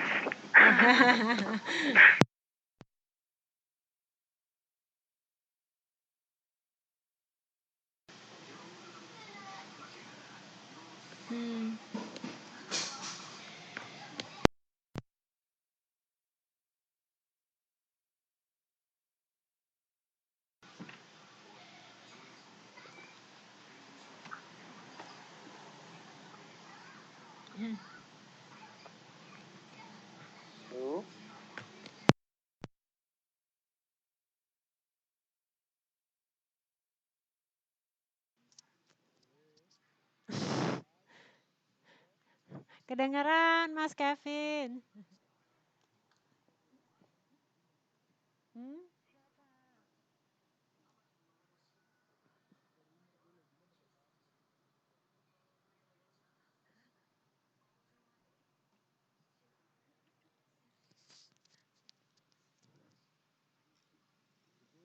Yes, kedengeran Mas. Gimana Mas Ade?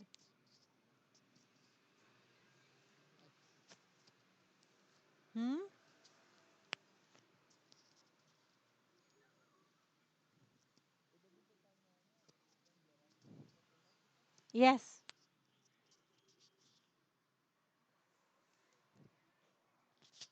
Suaranya hilang-hilang Mas Ade.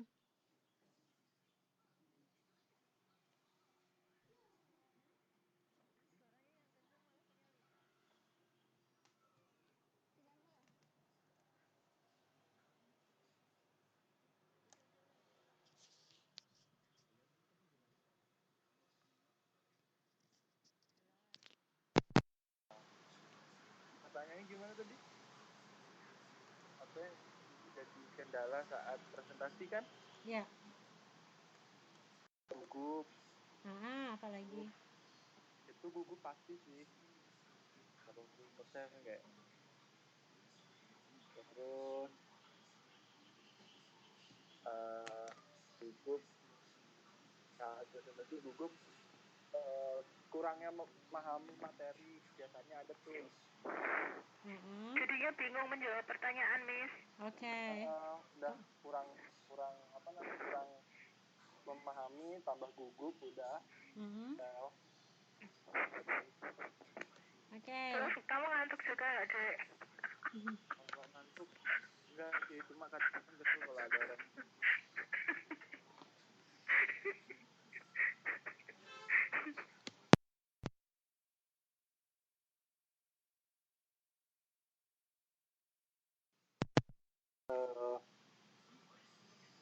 Suasananya juga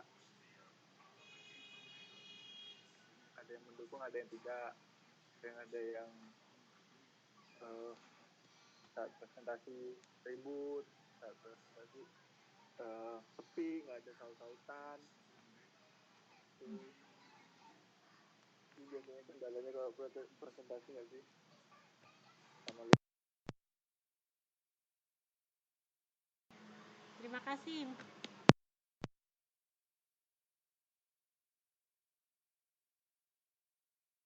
boleh nggak? Kenapa?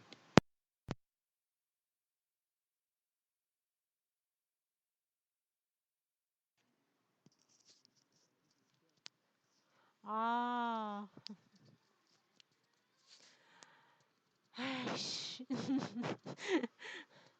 Oke deh, maksimal hari ini jam 7 malam deh. Oke? Tugasnya hari ini maksimal jam 7 malam. Saya terima. Oke? Ya. Ya. Ya, kirim ke WhatsApp saya. Ya. Oke, nah tadi itu adalah apa yang biasanya menjadi kendala pada saat akan presentasi, gitu ya. Yang paling sering itu yang pertama itu adalah demam panggung pasti, ya, nervous. Itu semua orang pasti ngalamin kalau mereka harus presentasi. Nggak cuman kita, gitu ya, bahkan seorang presenter terkenal pun, bahkan seorang presiden, gitu ya, pada saat mereka harus presentasi atau pada saat mereka harus ngomong di depan umum pun, pasti mereka pertama kali rasanya nervous, gitu ya. Nah sekarang yang nomor satu, kalau kita merasa nervous, ya, maka kita harus cari dulu apa yang membuat kita nervous, ya. Apakah mungkin satu, biasanya tadi kita tidak menguasai materinya dengan baik.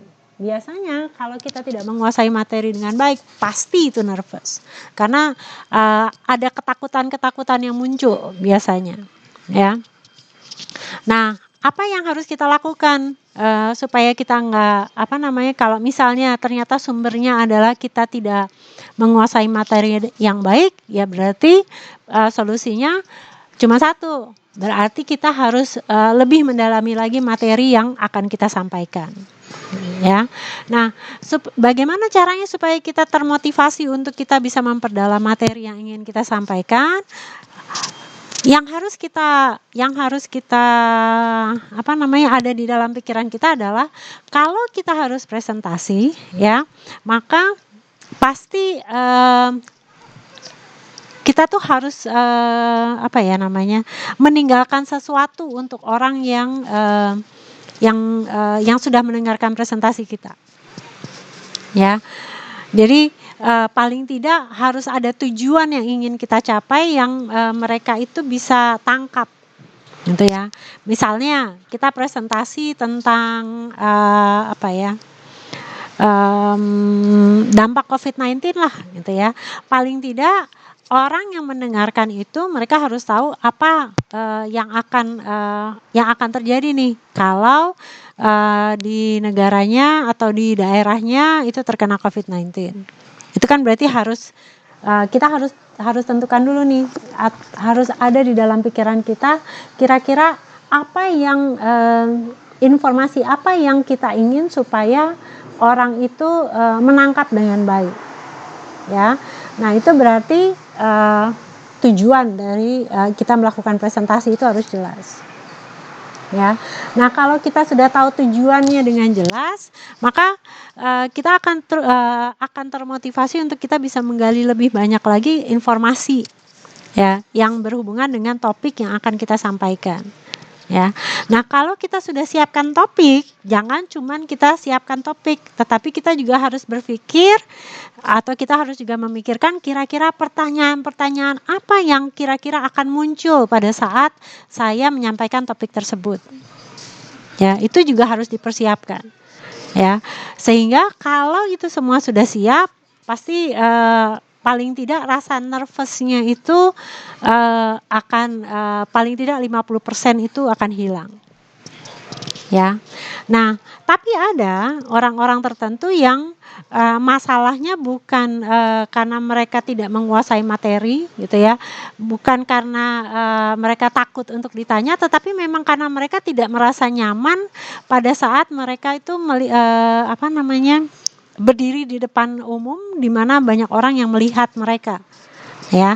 Nah kalau masalahnya adalah bagaimana menghadapi orang-orang yang menatap dia, gitu ya. Nah itu berarti tekniknya berbeda lagi, ya. Jadi untuk mengatasi rasa takut untuk tampil di depan umum, ya, itu ada teknik-tekniknya tuh. Kayak yang pertama kita membayangkan bahwa orang-orang yang ada di depan kita itu atau orang-orang yang mendengarkan presentasi kita itu kayak teman-teman kita, gitu, ya. Kemudian ada lagi teknik yang mengajarkan supaya kita merasa nyaman, cari orang yang wajahnya itu menyenangkan, ya. Jadi kita hanya menatap orang yang wajahnya itu menyenangkan, entah yang ganteng lah, entah yang cantik lah, entah orang yang murah senyum kah gitu ya. Nah itu biasanya akan membantu untuk membuat kita merasa lebih nyaman, ya. Kemudian selain itu supaya kita mengurangi rasa nervous itu ya, itu bisa dengan sebelum kita mulai untuk presentasi itu tarik nafas yang dalam, ya. Jadi tarik nafas yang dalam, kemudian lepaskan dari mulut, gitu ya. Lakukan itu paling tidak 5 kali, gitu ya. Nah itu biasanya akan membantu untuk mengurangi rasa nervous kita untuk kita bisa tampil di depan umum, ya. Nah, bagaimana kalau dan biasanya ya rasa nervous itu justru akan sangat membantu untuk kita itu lebih exciting pada saat kita bicara di depan umum.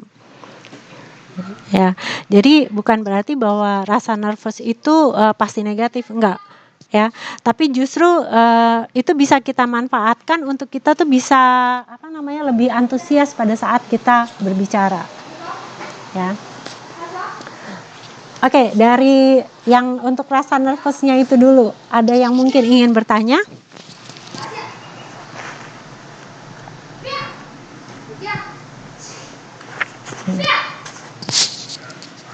Ada yang ingin bertanya? Yes, Mbak Lita. Banyak kan pasti di tengah-tengah kalau misalkan intinya ya itu yang disebutkan tadi itu benar. Nervous itu kan pasti ada di setiap presentasi, apalagi kalau misalkan tiba-tiba di tengah presentasi itu nanti ada kendala apa, jadi kan kitanya tambah nervous, ujung-ujungnya kalau saya mah ngeblank gitu. Oke. Nah sekarang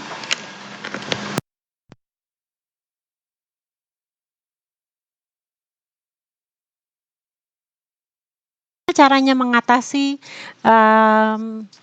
kalau tiba-tiba pada saat kita presentasi itu ngeblank gitu ya. Nah itu pentingnya kita punya notes atau catatan kecil gitu ya. Jadi untuk mengatasi rasa ngeblank itu ya, kita harus punya catatan kecil sehingga pada saat nanti kita bicara, kalau tiba-tiba kita lupa, kita bisa buka catatannya.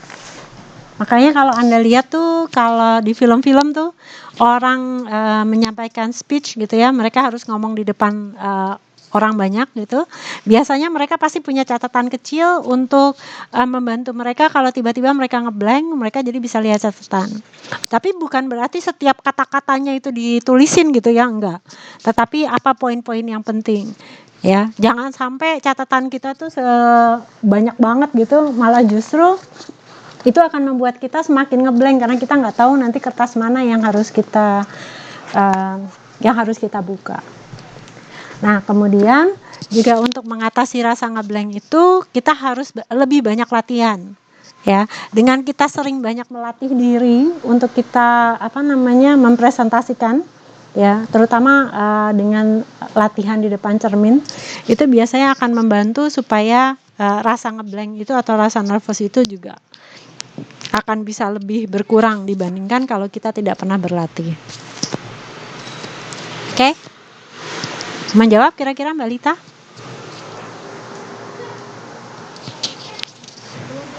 Oke. Good. Ada lagi mungkin yang ingin memberikan tanggapan?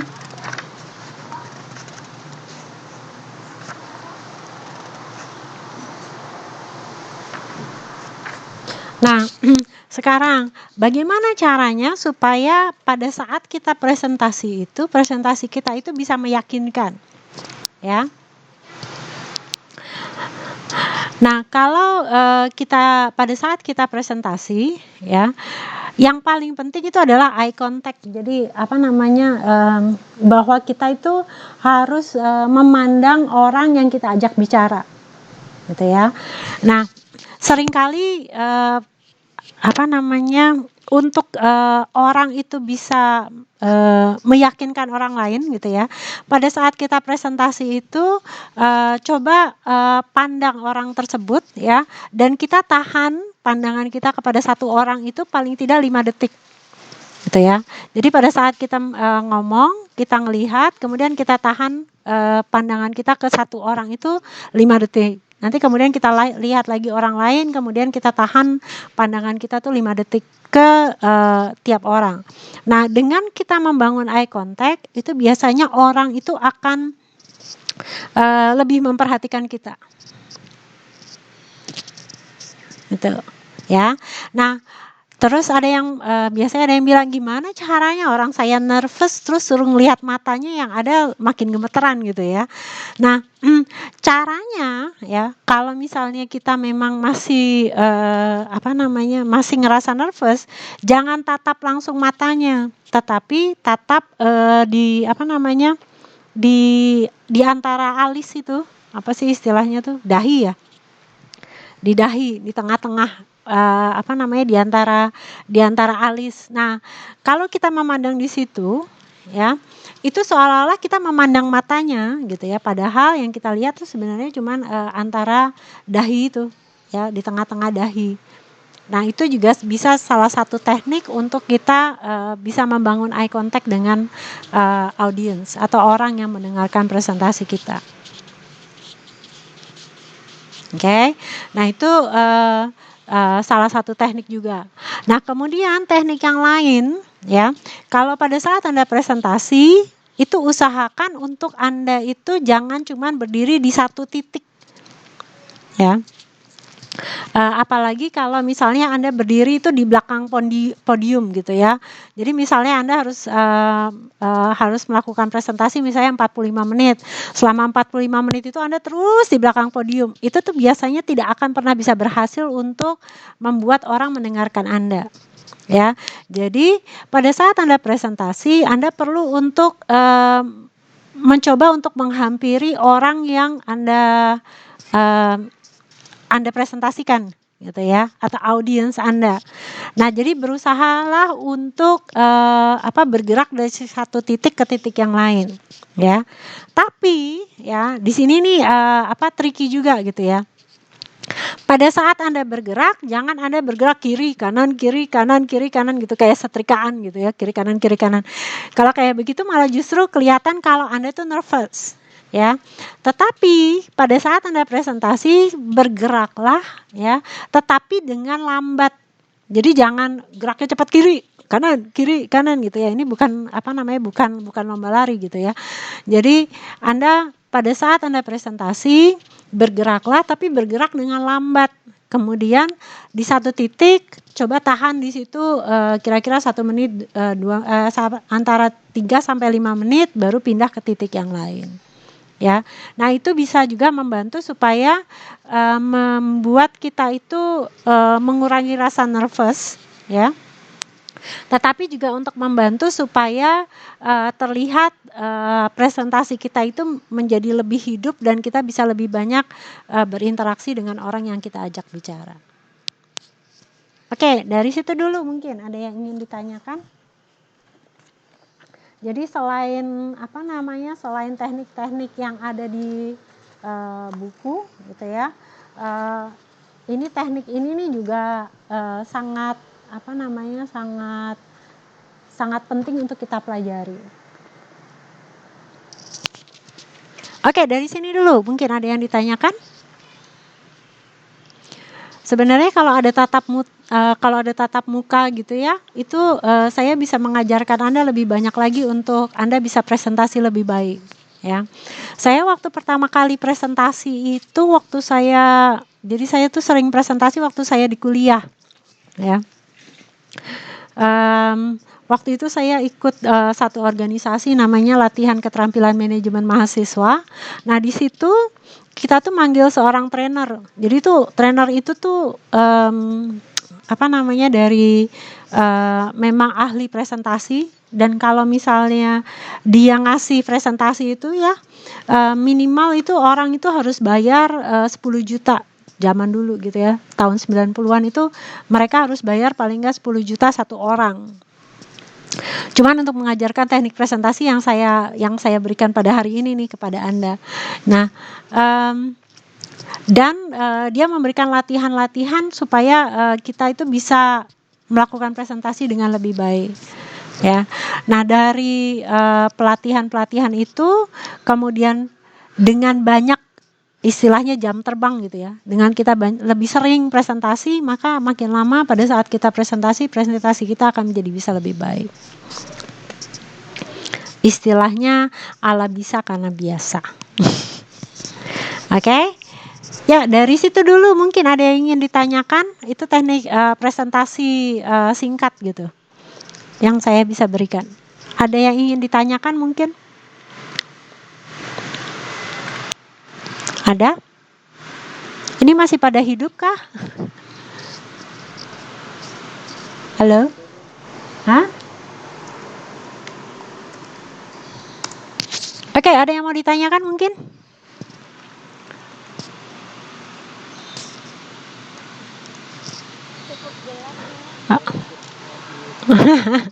Oke, kalau tidak, sudah jam 4. Oke, saya tunggu untuk tugas 2 ya hari ini maksimal jam 7. Tolong dikirimkan ke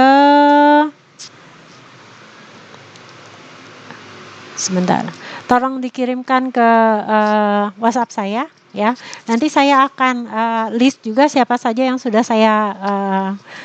saya terima dan yang belum saya terima. Jadi supaya Anda tahu apakah Anda sudah kirimkan atau belum. Kalau tidak ada, saya akan absen.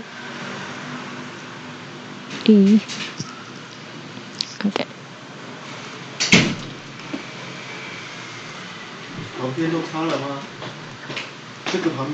Oke, Mbak Neni Suryani ada, Mbak Dede Fitri ada, Mas Ade ada, Mas Harimawan nggak datang ya?